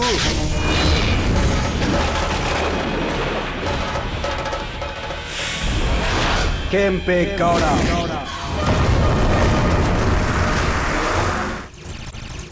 छे, डैम इट, अब पीछे हटे के सवाल ही नहीं के पैदा होत। हमरा आगे अपन हेकड़ी देखा के वो हमार काम रोक देलस। ओके धूल चटावे खातिर अब हम कौनो हद तक जा सके नहीं। बिल्कुल, इस सब तो हर ताऊ जी के ही करल धरल बा। अब हमार ताऊ तका पूरा बैंगलोर भी हमरा खिलाफ हो जाए तब भी हम ओके ना छोड़ब। चाहे कुछ भी करे के पड़े, हमें प्रोजेक्ट के टेक ऑफ करके ही रहब। दोबारा वो कबो हमरा सामना ना आ पावे, ऐसा ओके सबक सिखावे के बा। ई बखत एकर कैसे फोन आ गेल? हेलो, केम्पे गौड़ा के जयंती के दिन और जमीन पर जनता के बीच भूमि पूजन करवाइब, यह तू कहले रहला ना? हाँ हाँ, कहले तो रही। ओ मजदूर हमनी के तलवार दिखाई ले रहा। के बाऊ? और कौन? केम्पे गौड़ा। कौन केम्पे गौड़ा? आऊ कोनो केम्पे गोड़ा उड़ा ना है, वो एगो मामूली मजदूर है। तलवार के धारों के चखा दा। तलवार के धार से कटे वाला नहीं खे ऊ। औलाद बा। वो बिल्डर के हमनी के अटैक से हुए बचौले रहे। हम वही दिन काले रानी ओकर खोपड़ी में बुलेट उतार देत बानी। ओ दिन रउआ काले रानी की ओकर हैसियत नहीं खे, लेकिन आज तो हैसियत हो गिल बा ना। बुलेट खाए के हैसियत वो कब के पा चुकल बा, बाकी बुलेट चलावे के हैसियत अब तोर न रहल। तलवार के धार चखावे के कोशिश कर, नाकामयाब भइले तब बुलेट उतारे खातिर हम खुद आए। ठीक बा डियक्स भाई, ई बखत जे अपार्टमेंट जोना जगह खड़ा कैले बा ओकर सबूत खाली जबानी बोली पे बा, पेपर पा कुछ भी नहीं थे। वो मूर्ति से तलवार नीचे कैसे गिरल, फिर हम ओके कैसे उठौनी, हमके कुछ समझ में नहीं आ रहल सर। तलवार तू खुद नहीं खे उठेले बेटा, उहे तो के देले बाड़े। हाँ बेटा, अगर वो वक्त उनका काम ना रुकता तो इस जमीन पर वो लोग कब्जा कर लेते हैं। बिल्कुल। वो तलवार के उठौते हमारा शरीर में एगो अजीब सा हलचल भइल। ऐसन काहे भइल, हम ऐसन काहे कहनी, अब अहियो कुछ समझ नहीं पा रहल। अमरीश, ये काम तोहरे हाथ से होखे के बा, ये ओकर शुरुआत बा। सर, सांस सवेरे आवत जावत हम वो मूर्ति के देखत रहे नहीं, फिर भी उनके बारे में कुछ न जान पानी, तो फिर उनका काम कैसे कर पाई। हमके लागता हमारे यहाँ आवे के मकसद कुछ और ही बा। ओ तोहार मकसद बा और ई केम्पे गौड़ा जी के। अम्बरीश, ई माटी कुरुक्षेत्र के रणभूमि जैसन बा, खून के प्यास से तड़प रहल बिया। शैतान के नाश खातिर वो तलवार अपने आप निकल के ई धरती पर गिरल बा। यही से ई धरती अब वो दुश्मनन के खून पी के रही, तब्बे एकर प्यास बुझी। और ई कार करबा तू अम्बरीश, इनके तनी गौर से देखा और अपने दिल से पूछा, ओकरे बाद कोनो फैसला लिया। आज से करीब 500 साल पहले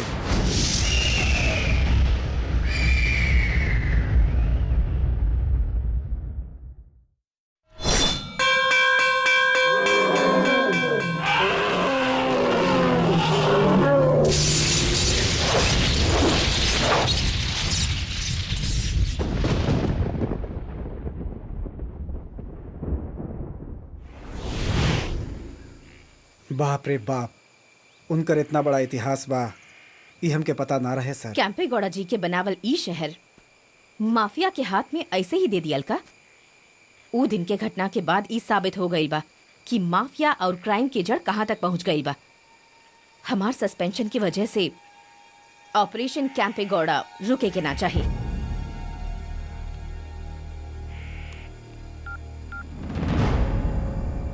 जब हमनी मिनिस्टर के बिल्डिंग के डिमोलिशन कईनी तब ओकरा नीचे से इलाज मिलल। शांति, शांति, गांव में हम तोरा खातिर ही आए नहीं और तू ही हमके छोड़ के चल गई। काम उस शैतान के ही बा, ओकरिए के मरले बाड़न सोगी मरले बाड़न। शैतान लोग मजदूर के बलि दे रहल बाड़े, इनके छोड़िया मत बेटा। अमरीश हमनी के बनावल बिल्डिंग के साइज सील कर देना। देख लेला ना, तू जौन मकसद से यहाँ आइल बाड़ा ओके रोके खातिर ई लोग ई खेल खेल रहल बाड़े। तो हार बनावल बिल्डिंग के उ माफिया तोहसे छीने की कोशिश कर रहल बाड़े।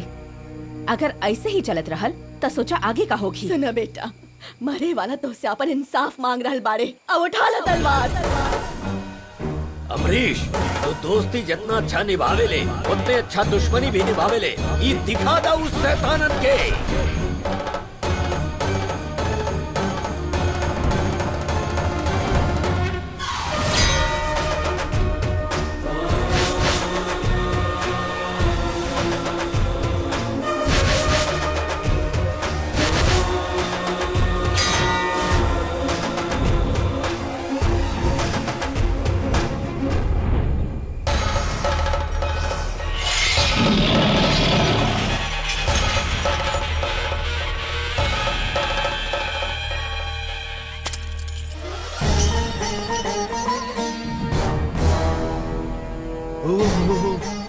केम्पे गौड़ा जी के जमाना के काल भैरव के छाप वाला सिक्का बा।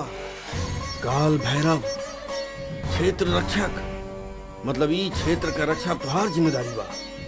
ए इलाका के मालिक शैतान के धूल चटावे तोहरे रूप में लौट आइल बाड़े।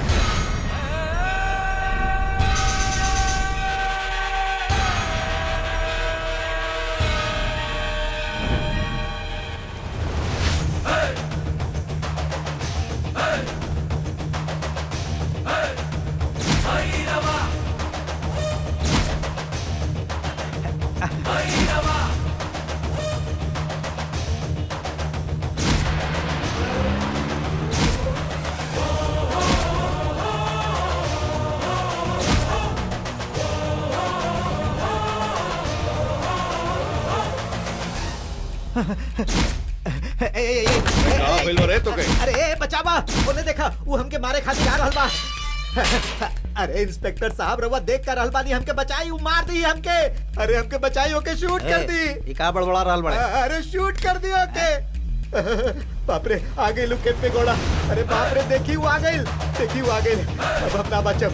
अरे तू लोग कहाँ देख रहल बड़ा, हमके बचावा। अरे बचावा। अरे ना ना हमके मत मारा। ना ना ना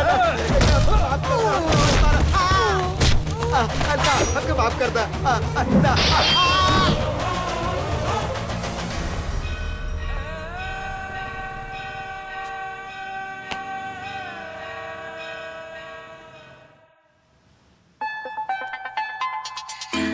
हेलो के बा? केम्पे गौड़ा, तू का सोच ले रहा कि जैसन तू चाहबा वैसन कई के तालाब के ऊपर कब्जा करबा। अब तोहार जिंदगी भर के कमाई के हम हड़प कर जा। ये सब इतना आसान नहीं खे हमार बबुआ। हमार साम्राज्य बहुत बड़ बा। तोहार तलवार के धार से जे बलि चढ़ल बा वो हमार सेना के मामूली सिपाही रहे। सेनापति के हुआ और बा, चाहे वो जे केहू भी होखे, तोहार वजह से हमार जितना आदमी के जान गइल बा होकर बदला हम तोहार खून से ले।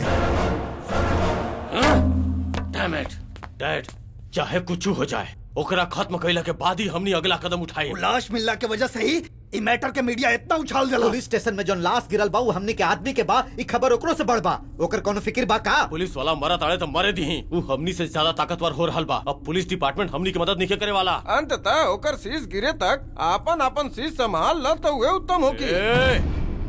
हम ओके ना छोड़ब। बेंगलोर के सब गुंडा के लीडर सबके इकट्ठा करके ओकरा ला नाकाबंदी करवा देब। कुछ दिन में तोके खबर मिल जाई कि वो ई दुनिया में ही ना रहा।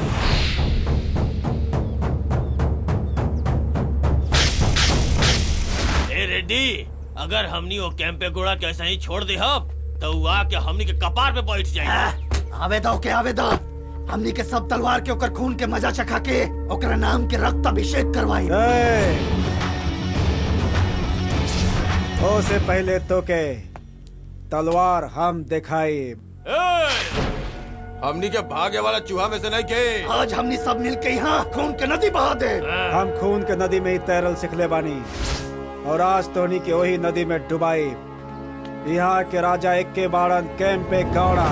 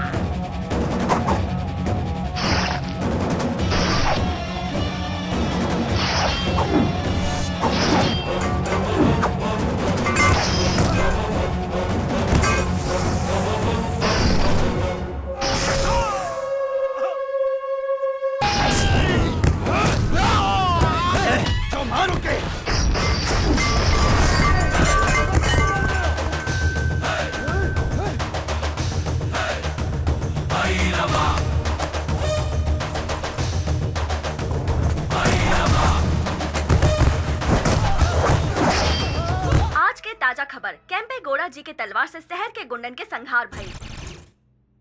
शांति सुख चैन हराम करे वाला सैकड़न गुंडा सब आज कैंपेगौड़ा जी के तलवार के धार से आपन जान से हाथ धो बैठल बाड़े। हेलो आरडीएक्स, रेड्डी ना रहल। व्हाट भाई होने देखा? हाँ चल। हेलो, केम्पेगौड़ा हमने के आदमी उनके मार देला।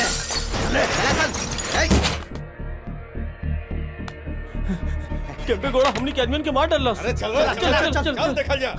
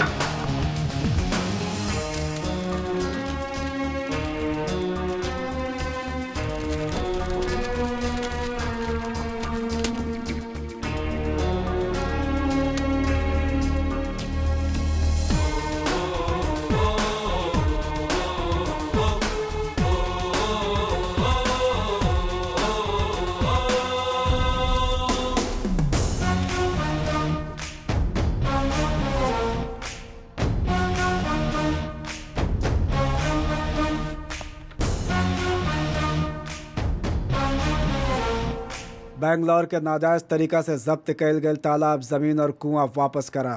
रूल्स और रेगुलेशंस हम नहीं जानत।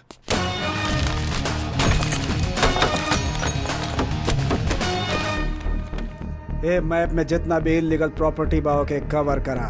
केम्पेगौड़ा जी के राह पर चले से ही बैंगलोर क्लियर होखी, ना तो खुद एक क्लियर हो जाई बात।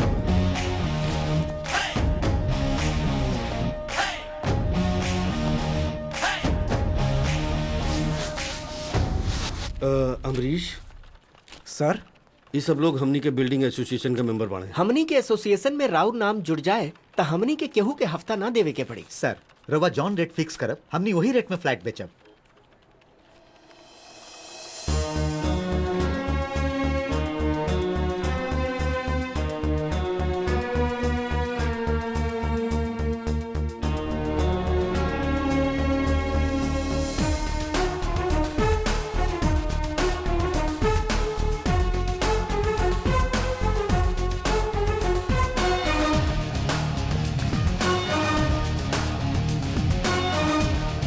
सर, ये अपार्टमेंट के जौन जगह बा वो इलीगल बा। ये रहल पेपर्स। ए चल रे, हमरा रोकला के कोशिश कर बे।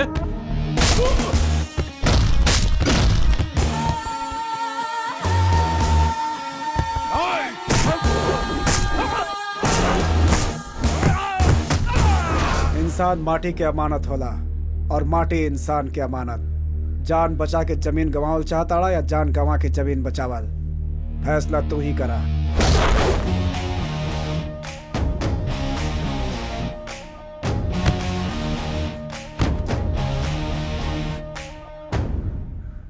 भाई वो कैंपेगौड़ा तो हमनी के सब इलीगल प्रॉपर्टी का सील करवावा जा रहल बा। यही तरह हमनी के देखत रह जा तो हमनी के जियल हराम कर दी। भाई आरडीएक्स से कहीं की जल्दी कुछ करे। सूता जागत ता हमके उ केम्पेगौड़ा ही दिखाई देवे ना। आरडीएक्स, तू कहाँ बड़ा? हमार भाई कहाँ बड़ा? अरे भाई, हमनी के मौत के खबर के बादे आई बा का? ओकरा नाम के बुलेट रेडी बा, खाली ट्रिगर दबावे के बा। अरे ओकरा खातिर अभी और टाइम चाहे का आरडीएक्स? ना, हम खुदे आई। कब आई बा? जब वो बुलाई।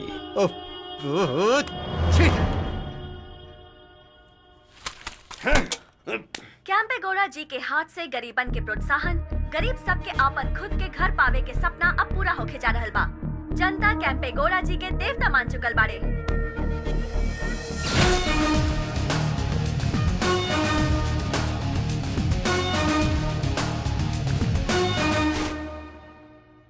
ई बार के एसोसिएशन के चुनाव में अध्यक्ष पद खातिर चुनल गइल बा अमरीश जी के।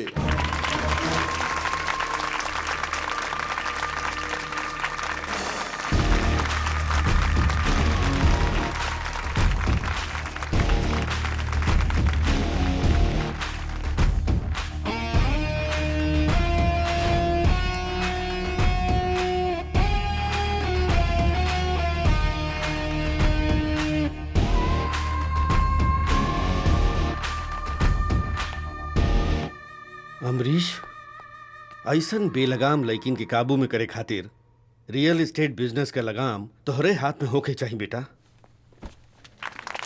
कांग्रेचुलेशन। Thank you sir. मुबारक हो के सर। Thank you. मुबारक हो के सर। Thank you. Thank you. मुबारक हो के सर।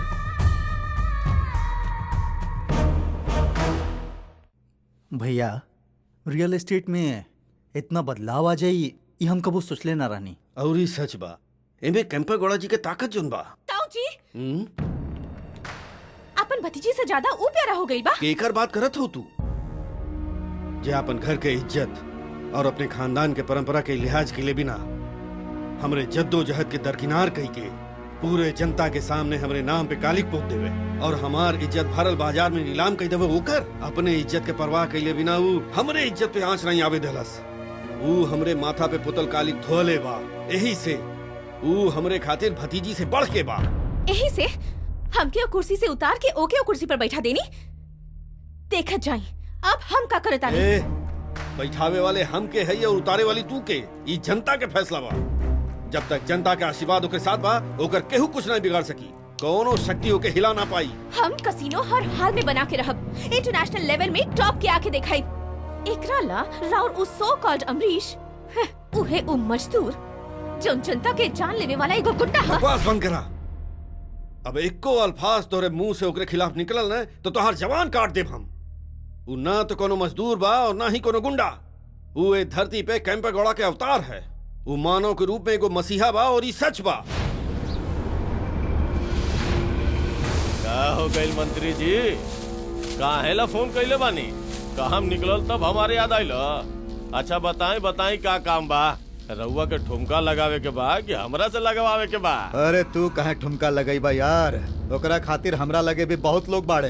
तू तो खाली सौदा के बारे में सोचा। सौदा? ये बखत RDX एगो नया स्टील प्लांट लगावे के प्लान कर रहल बा। वो तोहार एरिया के सेलेक्ट कैले बा और ओकरा खातिर 2000 एकड़ जमीन के जरूरत बा। 1000 एकड़ तो हम सरकार के जरिए इंतजाम कर ले, बाकी के 1000 एकड़ तो के वहाँ के किसानन से छीन के लेबे के होखी। ये काम हमरा ला कोनो बड़ काम नहीं के मंत्री जी, निचोड़ ले हा।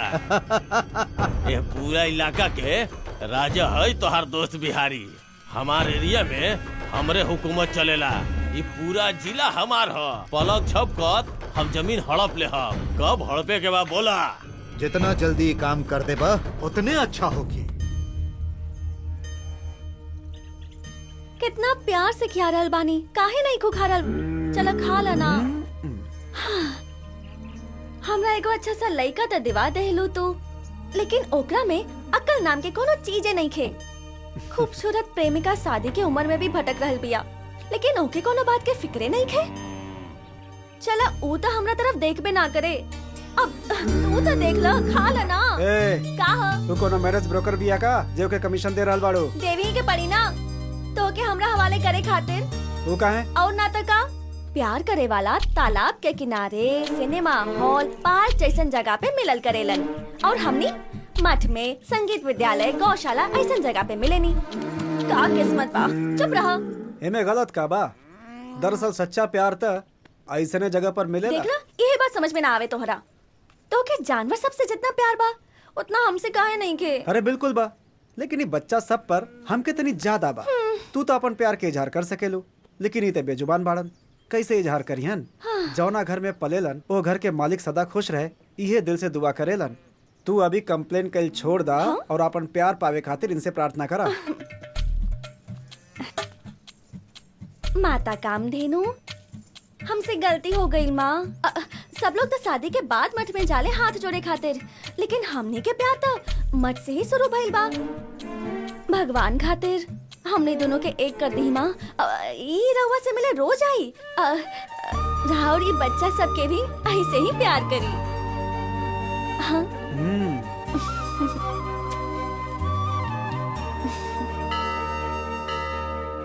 हमनी के पाप धुइया प्रभु, हमनी के उद्धार करिया। गुरुदेव नमः।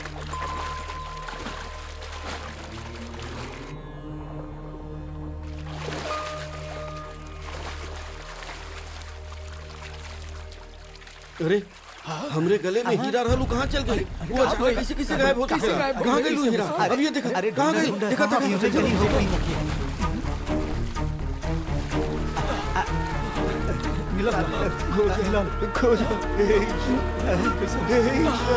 हम कौन पाप कैले रहनी? अरे साथ हो जा। रउआ कोनो पाप नहीं की कहनी सर। यहाँ पैर रखे वाला के सब पाप धोआ जाला। ई गंगा नदी सब पाप के धो देवेली। पुण्य करे वाला हमेशा कोनो चीज के अपना पास ना रखेला। इली राउर महिमा कितना अपरंपार बार और दिखा देले बानी। हैं? ई कहाँ गई? अमरीश, हमार ऐसा विचार बा कि तोहार कार्य क्षेत्र के और विस्तार होखे के चाहे। गुरुजी के आशीर्वाद से गौ संख्या में वृद्धि हो चुकल बा। ओकरा उपरांत सुनले बानी कि 15-20 ग्वाला अपन गाय लेके यहाँ आ रहल बाड़े। जितना भी आवत आड़े उनके आवेदे गुरुजी। हमार गौशाला हमरा खातिर गोकुल बा। हम सब कर सेवा करब। कल्याण होके। शुभम भवा।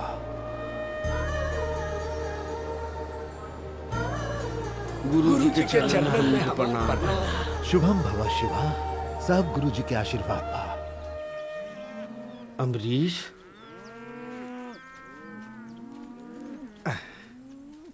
नमस्ते सर। तू हमरा पे बहुत बड़ा एहसान कैले बाड़ा।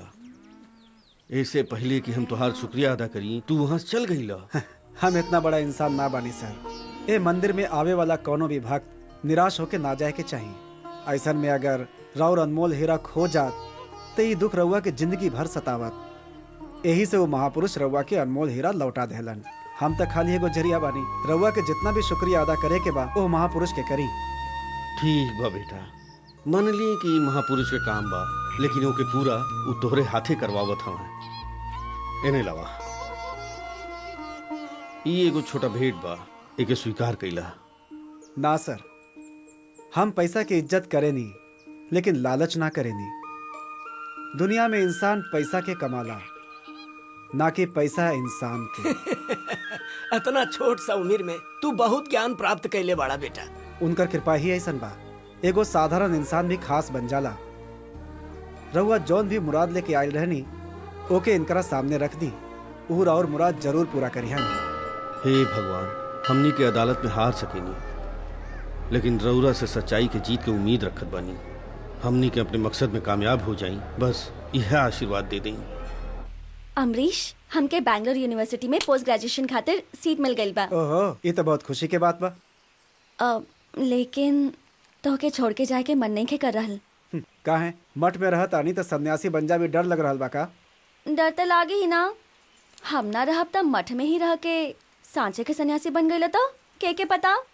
ए सुना, शिव पार्वती जी के भी 2 बच्चा रहलन। हाँ, हम इतना सीरियस होके बात कर रहल बानी, तोरा साथे अपन फ्यूचर डिसाइड कर रहल बानी और तो के मजाक सूझ रहल बा। ठीक बा, ठीक बा। देखा, सच्चा प्यार आग से भी ना डराला। ऊ प्रेमी के प्यार के भावना देला लेकिन जलावेला ना। अच्छा सुना, ये पूरा सृष्टि के और हर जीव के ब्रह्मा जी बनौले बाड़न, लेकिन प्यार के ये दिल बनौले बा। और एक बार ये प्यार जन्म ले ले तो ओके मिटावे के शक्ति भगवान शिव में भी नहीं खे। हमने चाहे जितना भी डिस्टर्ब हो जाए, बाकी प्यार कबो डिस्टर्ब ना होखेला। हमने के प्यार तोहार पढ़ाई के बीच में ना आवे के चाहिए। पहले एजुकेशन, बाकी सब बाद में। ठीक बा ना?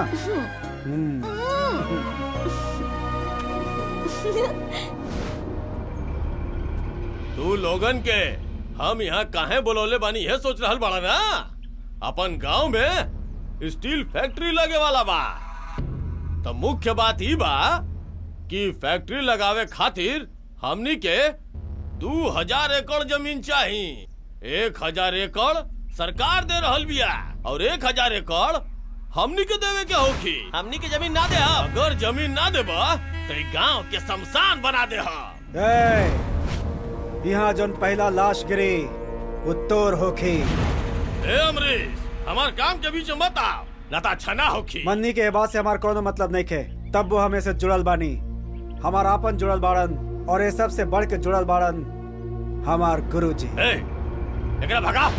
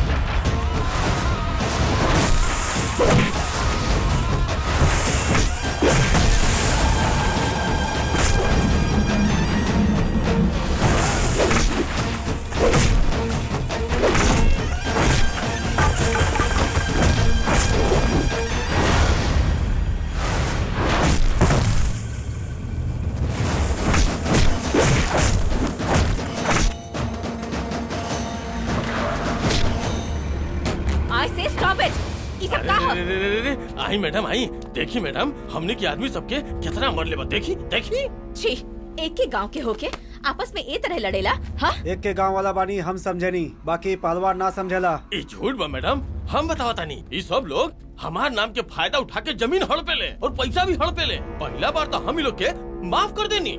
सरकार से स्टील प्लांट बनावे के परमिशन लेके नहीं और ये लोग से बोलनी कि हमार जमीन छोड़ दो।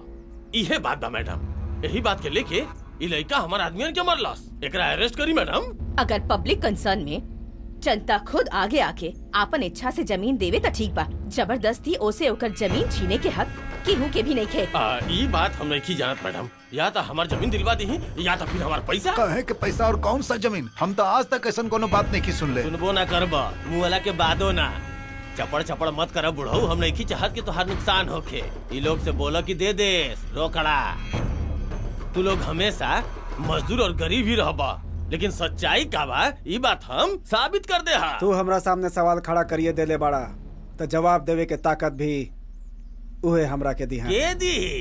तोहारू महापुरुष ओम श्री राघवेंद्राय नमः शक्तिदा तथास्तु। लेकिन एक बात याद रखिया, ये उत्सव से पहले तू अगर कर्जा ना चुकैबा तो खाली है जमीन ना, पूरा एरिया हमार होखी। ये बात याद रखिया। गुरुजी, इस सवाल के जवाब रहुआ हमके जरूर दे, ये हमरा विश्वास बा। अमरीश, तू जरूर जीतबा।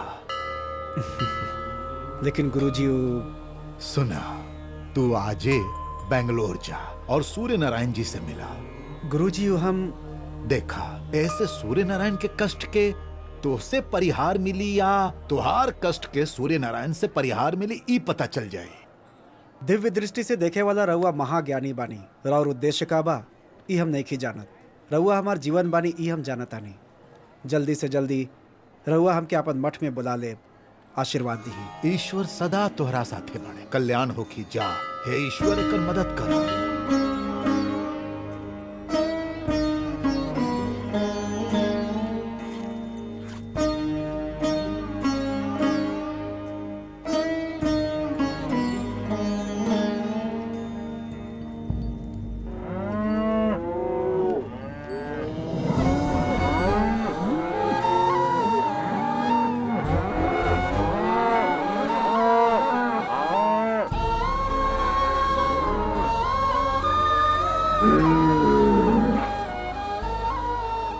तू सबके छोड़ के जाए के हमार भी दिल नहीं कर रहा, लेकिन वक्त और मजबूरी चुनौती के स्वीकार के ले बानी। सब भगवान तोहरा में बसल बाड़न, काम धेनु बाड़ू तू सब हमके आशीर्वाद दा।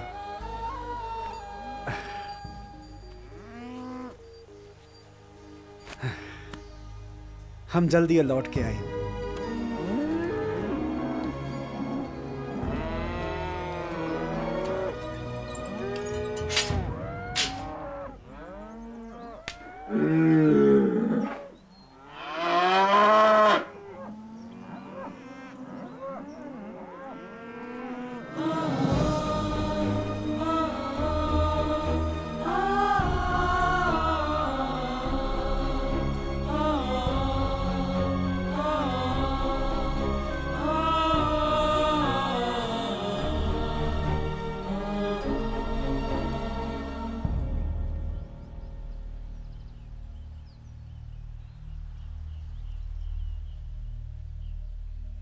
रउआ लोग कहाँ जा रहल बानी? भले हमनी के भाग में लिखल होके फिर भी चुपचाप बैठे से कुछो ना होखी। हमनियो तोहरा संगे मेहनत मजदूरी करब और जे 4 पैसा कमाई ओहमे से कुछ बचाई भी, इनकार मत करिया। अमरीश, तोहरे सिवा हमनी के कौन सहारा बा बेटा? हाँ, हमनी सबके भी आपन साथे ले चलना बेटा। हाँ,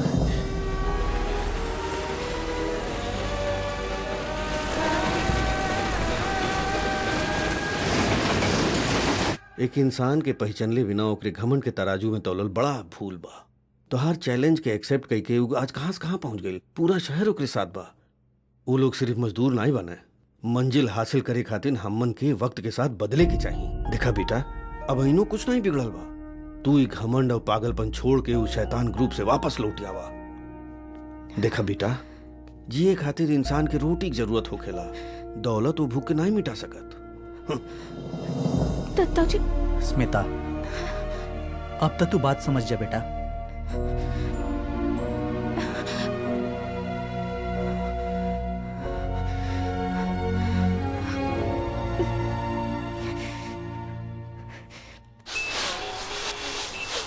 स्विस बैंक में अकाउंट चाहिए कि ऑस्ट्रेलिया में आइलैंड चाहिए, बोला। लेकिन रियल एस्टेट के इतना मत गिरावा, ऐसे हमने के वैल्यू कम हो रहल बा। तो के जे चाही वो ए में बा। इला बा हमने चुप कैसे रह सके नहीं? कैंपे घोड़ा अगर आई बाड़े तो कलेक्टर और कमिश्नर के डराए के चाहिए, हमने के कहे डराई?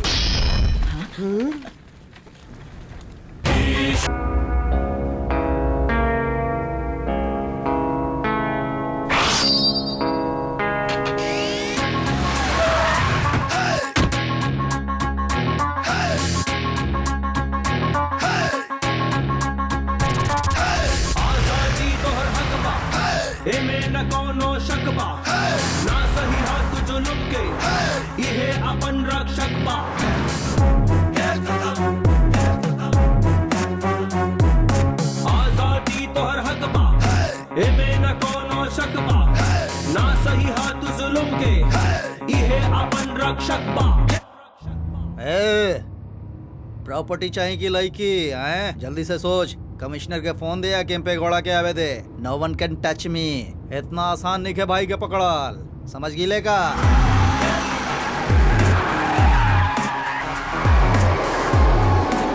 दो कदम हाथी के, 4 कदम शेर के, 6 कदम बब्बर शेर के, 8 कदम चीता के, उसे 1 कदम आगे।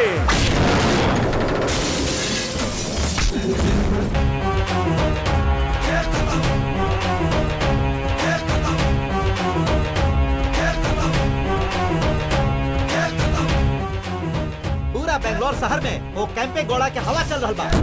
मार्केट गिरावे में वही खात बा। कैंपे गौड़ा के मार्केट कबो ना गिरी, काहे कि पूरा मार्केट ही उनकर बा।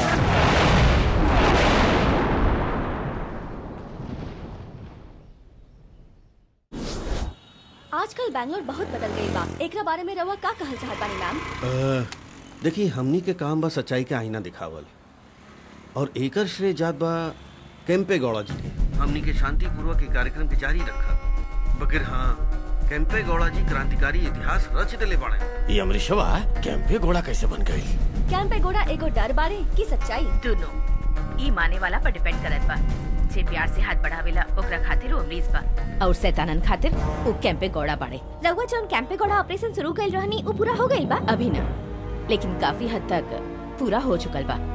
यही से आज बैंगलोर में इतना बदलाव आई बा। अब हम उस सब लोग के नोटिस भेज रहल बानी।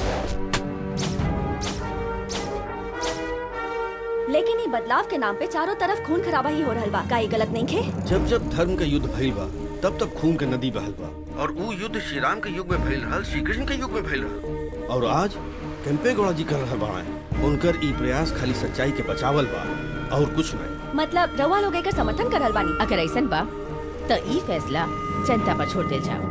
हमने बहुत दिन से पढ़ भी रहल बानी, देख भी रहल बानी और सुन भी रहल बानी, और उनकर हर हरकत पे नजर भी रख रहल बानी। मैसेज के जरिए रवा लोग हमने के अपन राय भेज सके।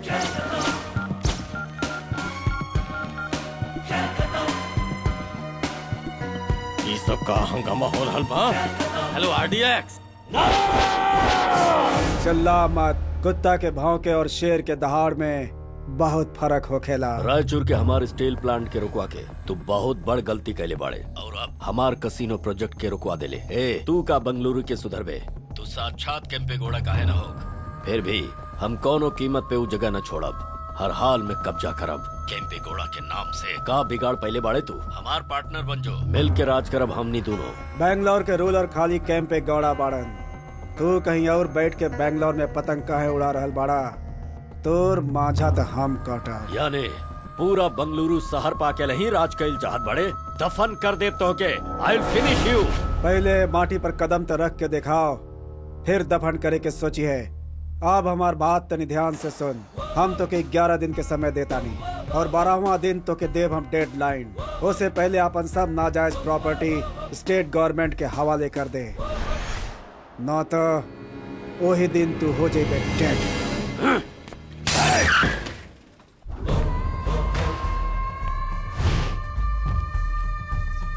लोग के इतना हिम्मत हमार प्रॉपर्टी के सील करवा रहल बाड़ा। हम अब 1 मिनट भी ये एग्रीमेंट खातिर राजी नहीं थे। अभी के अभी कैंसिल करा। अरे शांत हो जा मैडम, हमनी कबो तोहार नाम के टिकट बुक कईबे न कईनी जे कैंसिल करी। मल्टी करोड़ के प्रोजेक्ट के एग्रीमेंट बड़ बड़ लोग जब एग्रीमेंट पे साइन करे लेता छोट छोट बात के पढ़ल भूल जाए ले। So bad. एमे जोन टर्म्स एंड कंडीशन बा ओकरा मुताबिक फाइनेंस से लेके सब छोट बड़ जिम्मेदारी राउर बा। ऐसे में अगर कोनो भी वजह से वो प्रोजेक्ट शुरू ना भइल तो राउर कंपनी से लेके सारा मूवेबल और इनमूवेबल प्रॉपर्टी के जब्त कर लिहल जाई। ऐसन रहुआ खुद ही एग्रीमेंट में साइन कैले बानी। How dare you! हमरा साथे इतना बड़ धोखा। केहू के ना छोड़ब। तू लोग में से केहू के ना। You'll have to pay for this. Madam कागजात पे दस्तखत मतलब रहुआ हमनी के कब जावे। कन्या ऐसन कार्य तो हमनी के करते रहे नी। तो हर ताऊ जी हमनी के सड़क पे लावल चाहत रहले ना, लेकिन वो बुढ़ऊ के भतीजी के हमनी अपन कब्जा में रख के ओकरा कैसे सड़क पे लावता नहीं देखत जातू। काहे मैडम, तू तो अभी ले डॉलर में ही स्नान करत आइल बाड़ू ना, लेकिन अब रुपया खातिर हमनी तो से कैसे भीख मंगवावत पानी ई तू देखत जा। लेकिन उससे पहले हमनी के तो से को फायदा उठावे के बा। केम्पे गौड़ा हम एगो मामूली इंसान रहनी, लोग हमके रउआ जगह पर बैठा देहलन। हम वो नाम के बचा पाइब कि ना, लोग के विश्वास के निभा पाइब कि ना, ई हम नहीं जानत। ई जगह खातिर हम ठीक बानी इहो हम नहीं जानत। खाली और बताओ रास्ता पर हम चल रहल बानी। अगर कोनो भूल हो जाए तो हमके माफ कर देब।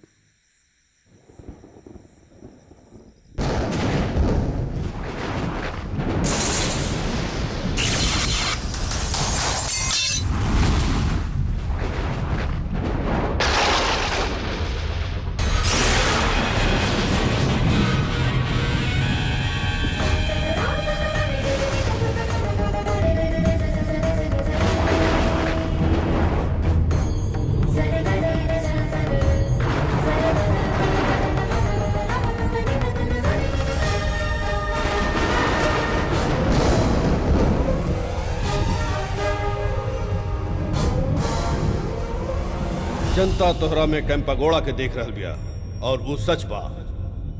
विश्वास से बढ़ के कुछ नहीं होला। ए स्थान खातिर जब हम तो के चुन ले बानी तो फिर सवाल खड़ा करे के हक केहू के नहीं खे। देखा, हम बंगलौर शहर बसैनी इंसान के रहे खातिर, हैवान खातिर नहीं। इंसान जब आपन हक भूल जाला तब प्रकृति ओके सबक सिखावेले। जब प्रकृति पर विपदा आवेला तो युग पुरुष के जन्म लेहे के पड़ेला। सुना, हमार तलवार उठावे के हिम्मत खाली तोहरा में बा, लेकिन ई तलवार के धार के रोके के हिम्मत केहू में नहीं खे। जा, ई धर्म युद्ध में जीत तोहरे होखी।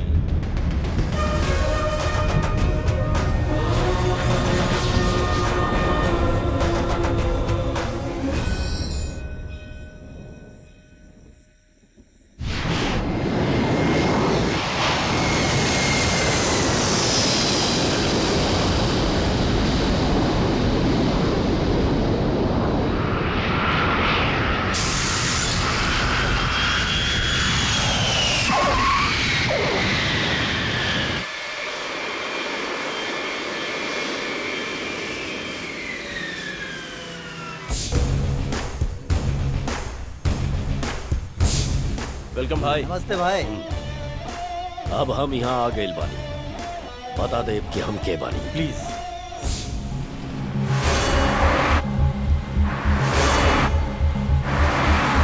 कूल माय बॉयज।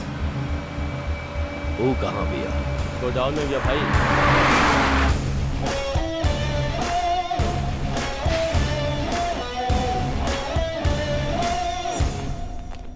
वो कैंपे गौड़ा के कहानी खत्म करके फिर तो ताऊ के और तो के हमने एक फिनिशिंग टच देब। तोर इतना हिम्मत, पहले हमार हाथ खोला फिर बतावत बानी। ए मंत्री, लड़कियन पर हाथ ना उठावल जाला, खाली सहलावल जाला। वो का बना आरडीएक्स, ये हमरा से सवाल करत रहे कि तोहार आरडीएक्स मर्द बाकी ना। ये बात तू पहले काहे ना बतौला? अगर हमार मर्दानगी के लेके एकरा मन में कोनो सवाल बा तो जवाब तो देवे ही के पड़ी। नाइस फिगर, नाइस स्ट्रक्चर, मदहोश कर देवे वाला खुशबू बा, बहुत मजा आई।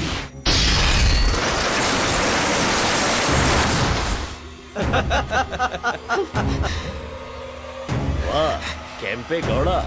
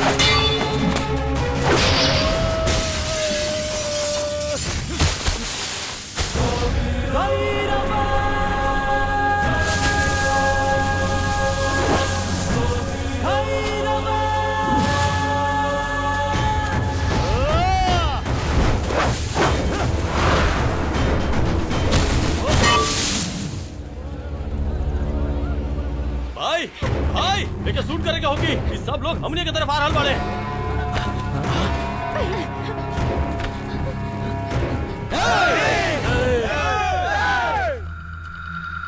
वाह वाह वाह, तोर जैसन आदमी के पीछे इतना सारा लोग खड़ा बाड़े, माने के पड़ी तो के फैक्ट्री में ही बुलेट डाल देती।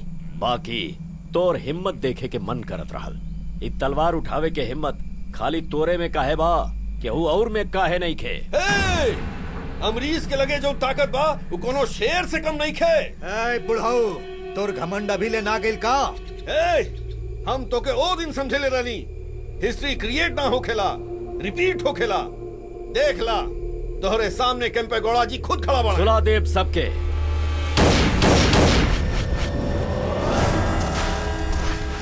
आरडीएक्स के लगे 6 सेंस ना 7 सेंस बा। इस जगह के चारों तरफ आरडीएक्स बॉम्ब फिक्स कर देल गइल बा।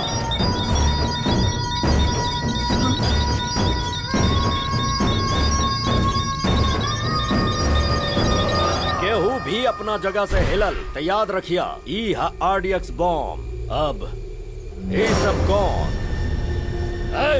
अगर हम ही बटन के प्रेस कर दिया नहीं तो सब के सब खलास। भाई जा बेटा। ये लड़ाई खाली तोरा और हमार बीच बा, ये बाकी लोग के बीच में मत लाओ। अगर इनके कुछ हो गए तो तोरा साथे कुछ और ही होगी। वो सबके फैसला हम करब। अगर तू इस सब के जिंदगी चाहत अड़े तो तू वो महापुरुष के जैसन जिंदा समाधि ले ले। अगर तू जिंदा रहल चाहत अड़े तो ये सब लोग मरी है। बालक, आज तोरा जनता के ऋण उतारे के अवसर प्रदान कइल जा रहल बा। अपना खातिर तू जनता के बलि लेबे कि जनता खातिर तू आपन बलि देबे, ये फैसला तो के करे के बा। हमके अपना आप से ज्यादा प्यारा हमारा अपन लोग बड़ा।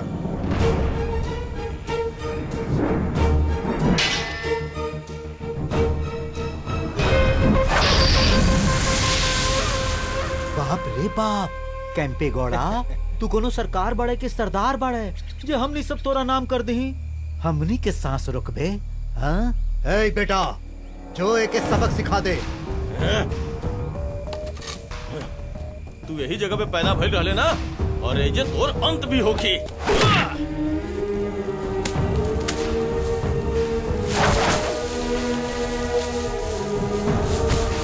केहू बचावा। तू हमनी के बहुते लोगन के खून बहिले बाड़े।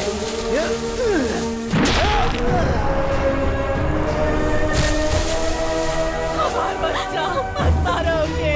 महान दर्द रहले। चलो। माँ जी,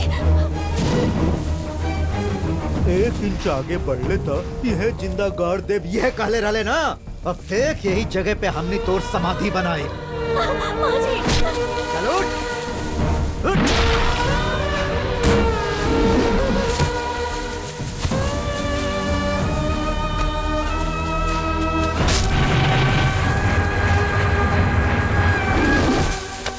छोड़ दो। छोड़ दो।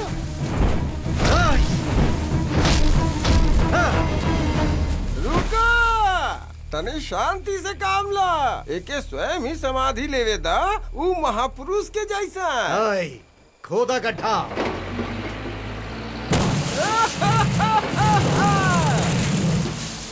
महापुरुष हो भाई। चलो।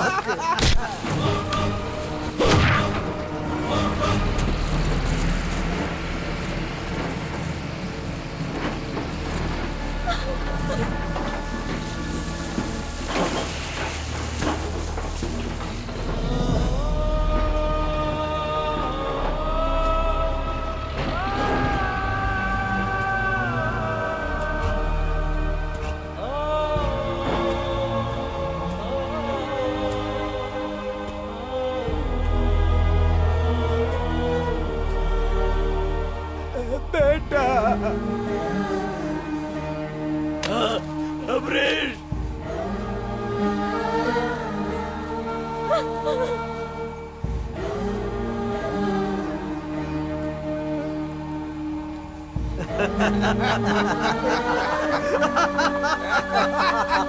माँ जी।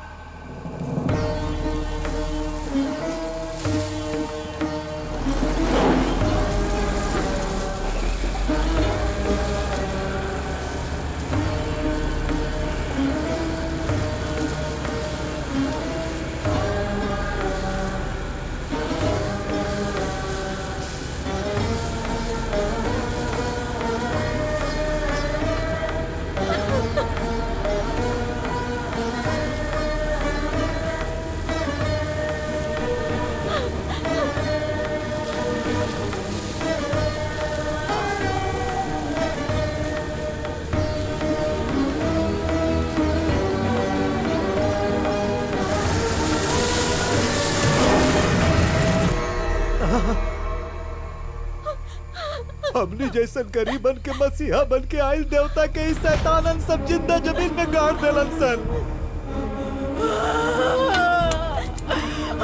हमार बच्चा।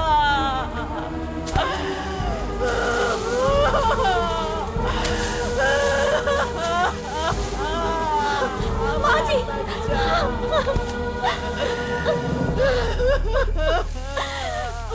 माँ जी।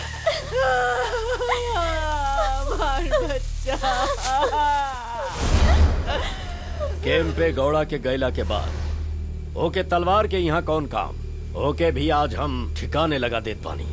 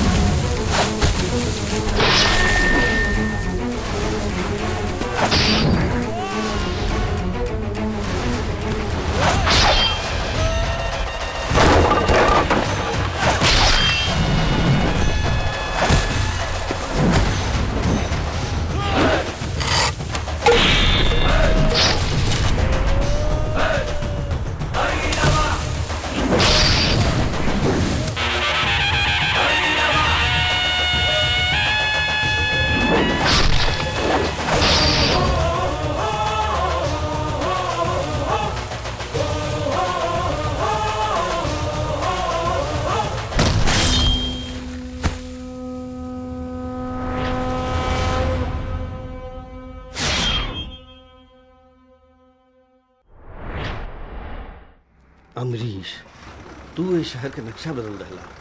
तोहार गांव लौटल जरूरी बा का? वहाँ हमार गौशाला इंतजार कर रहा बा और हमार गुरुजी भी।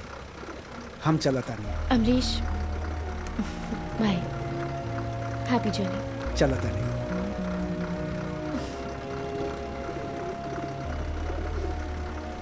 अगर फिर से यहाँ माफिया के तांडव शुरू हो गई तो ओके रोके वाला यहाँ के बा?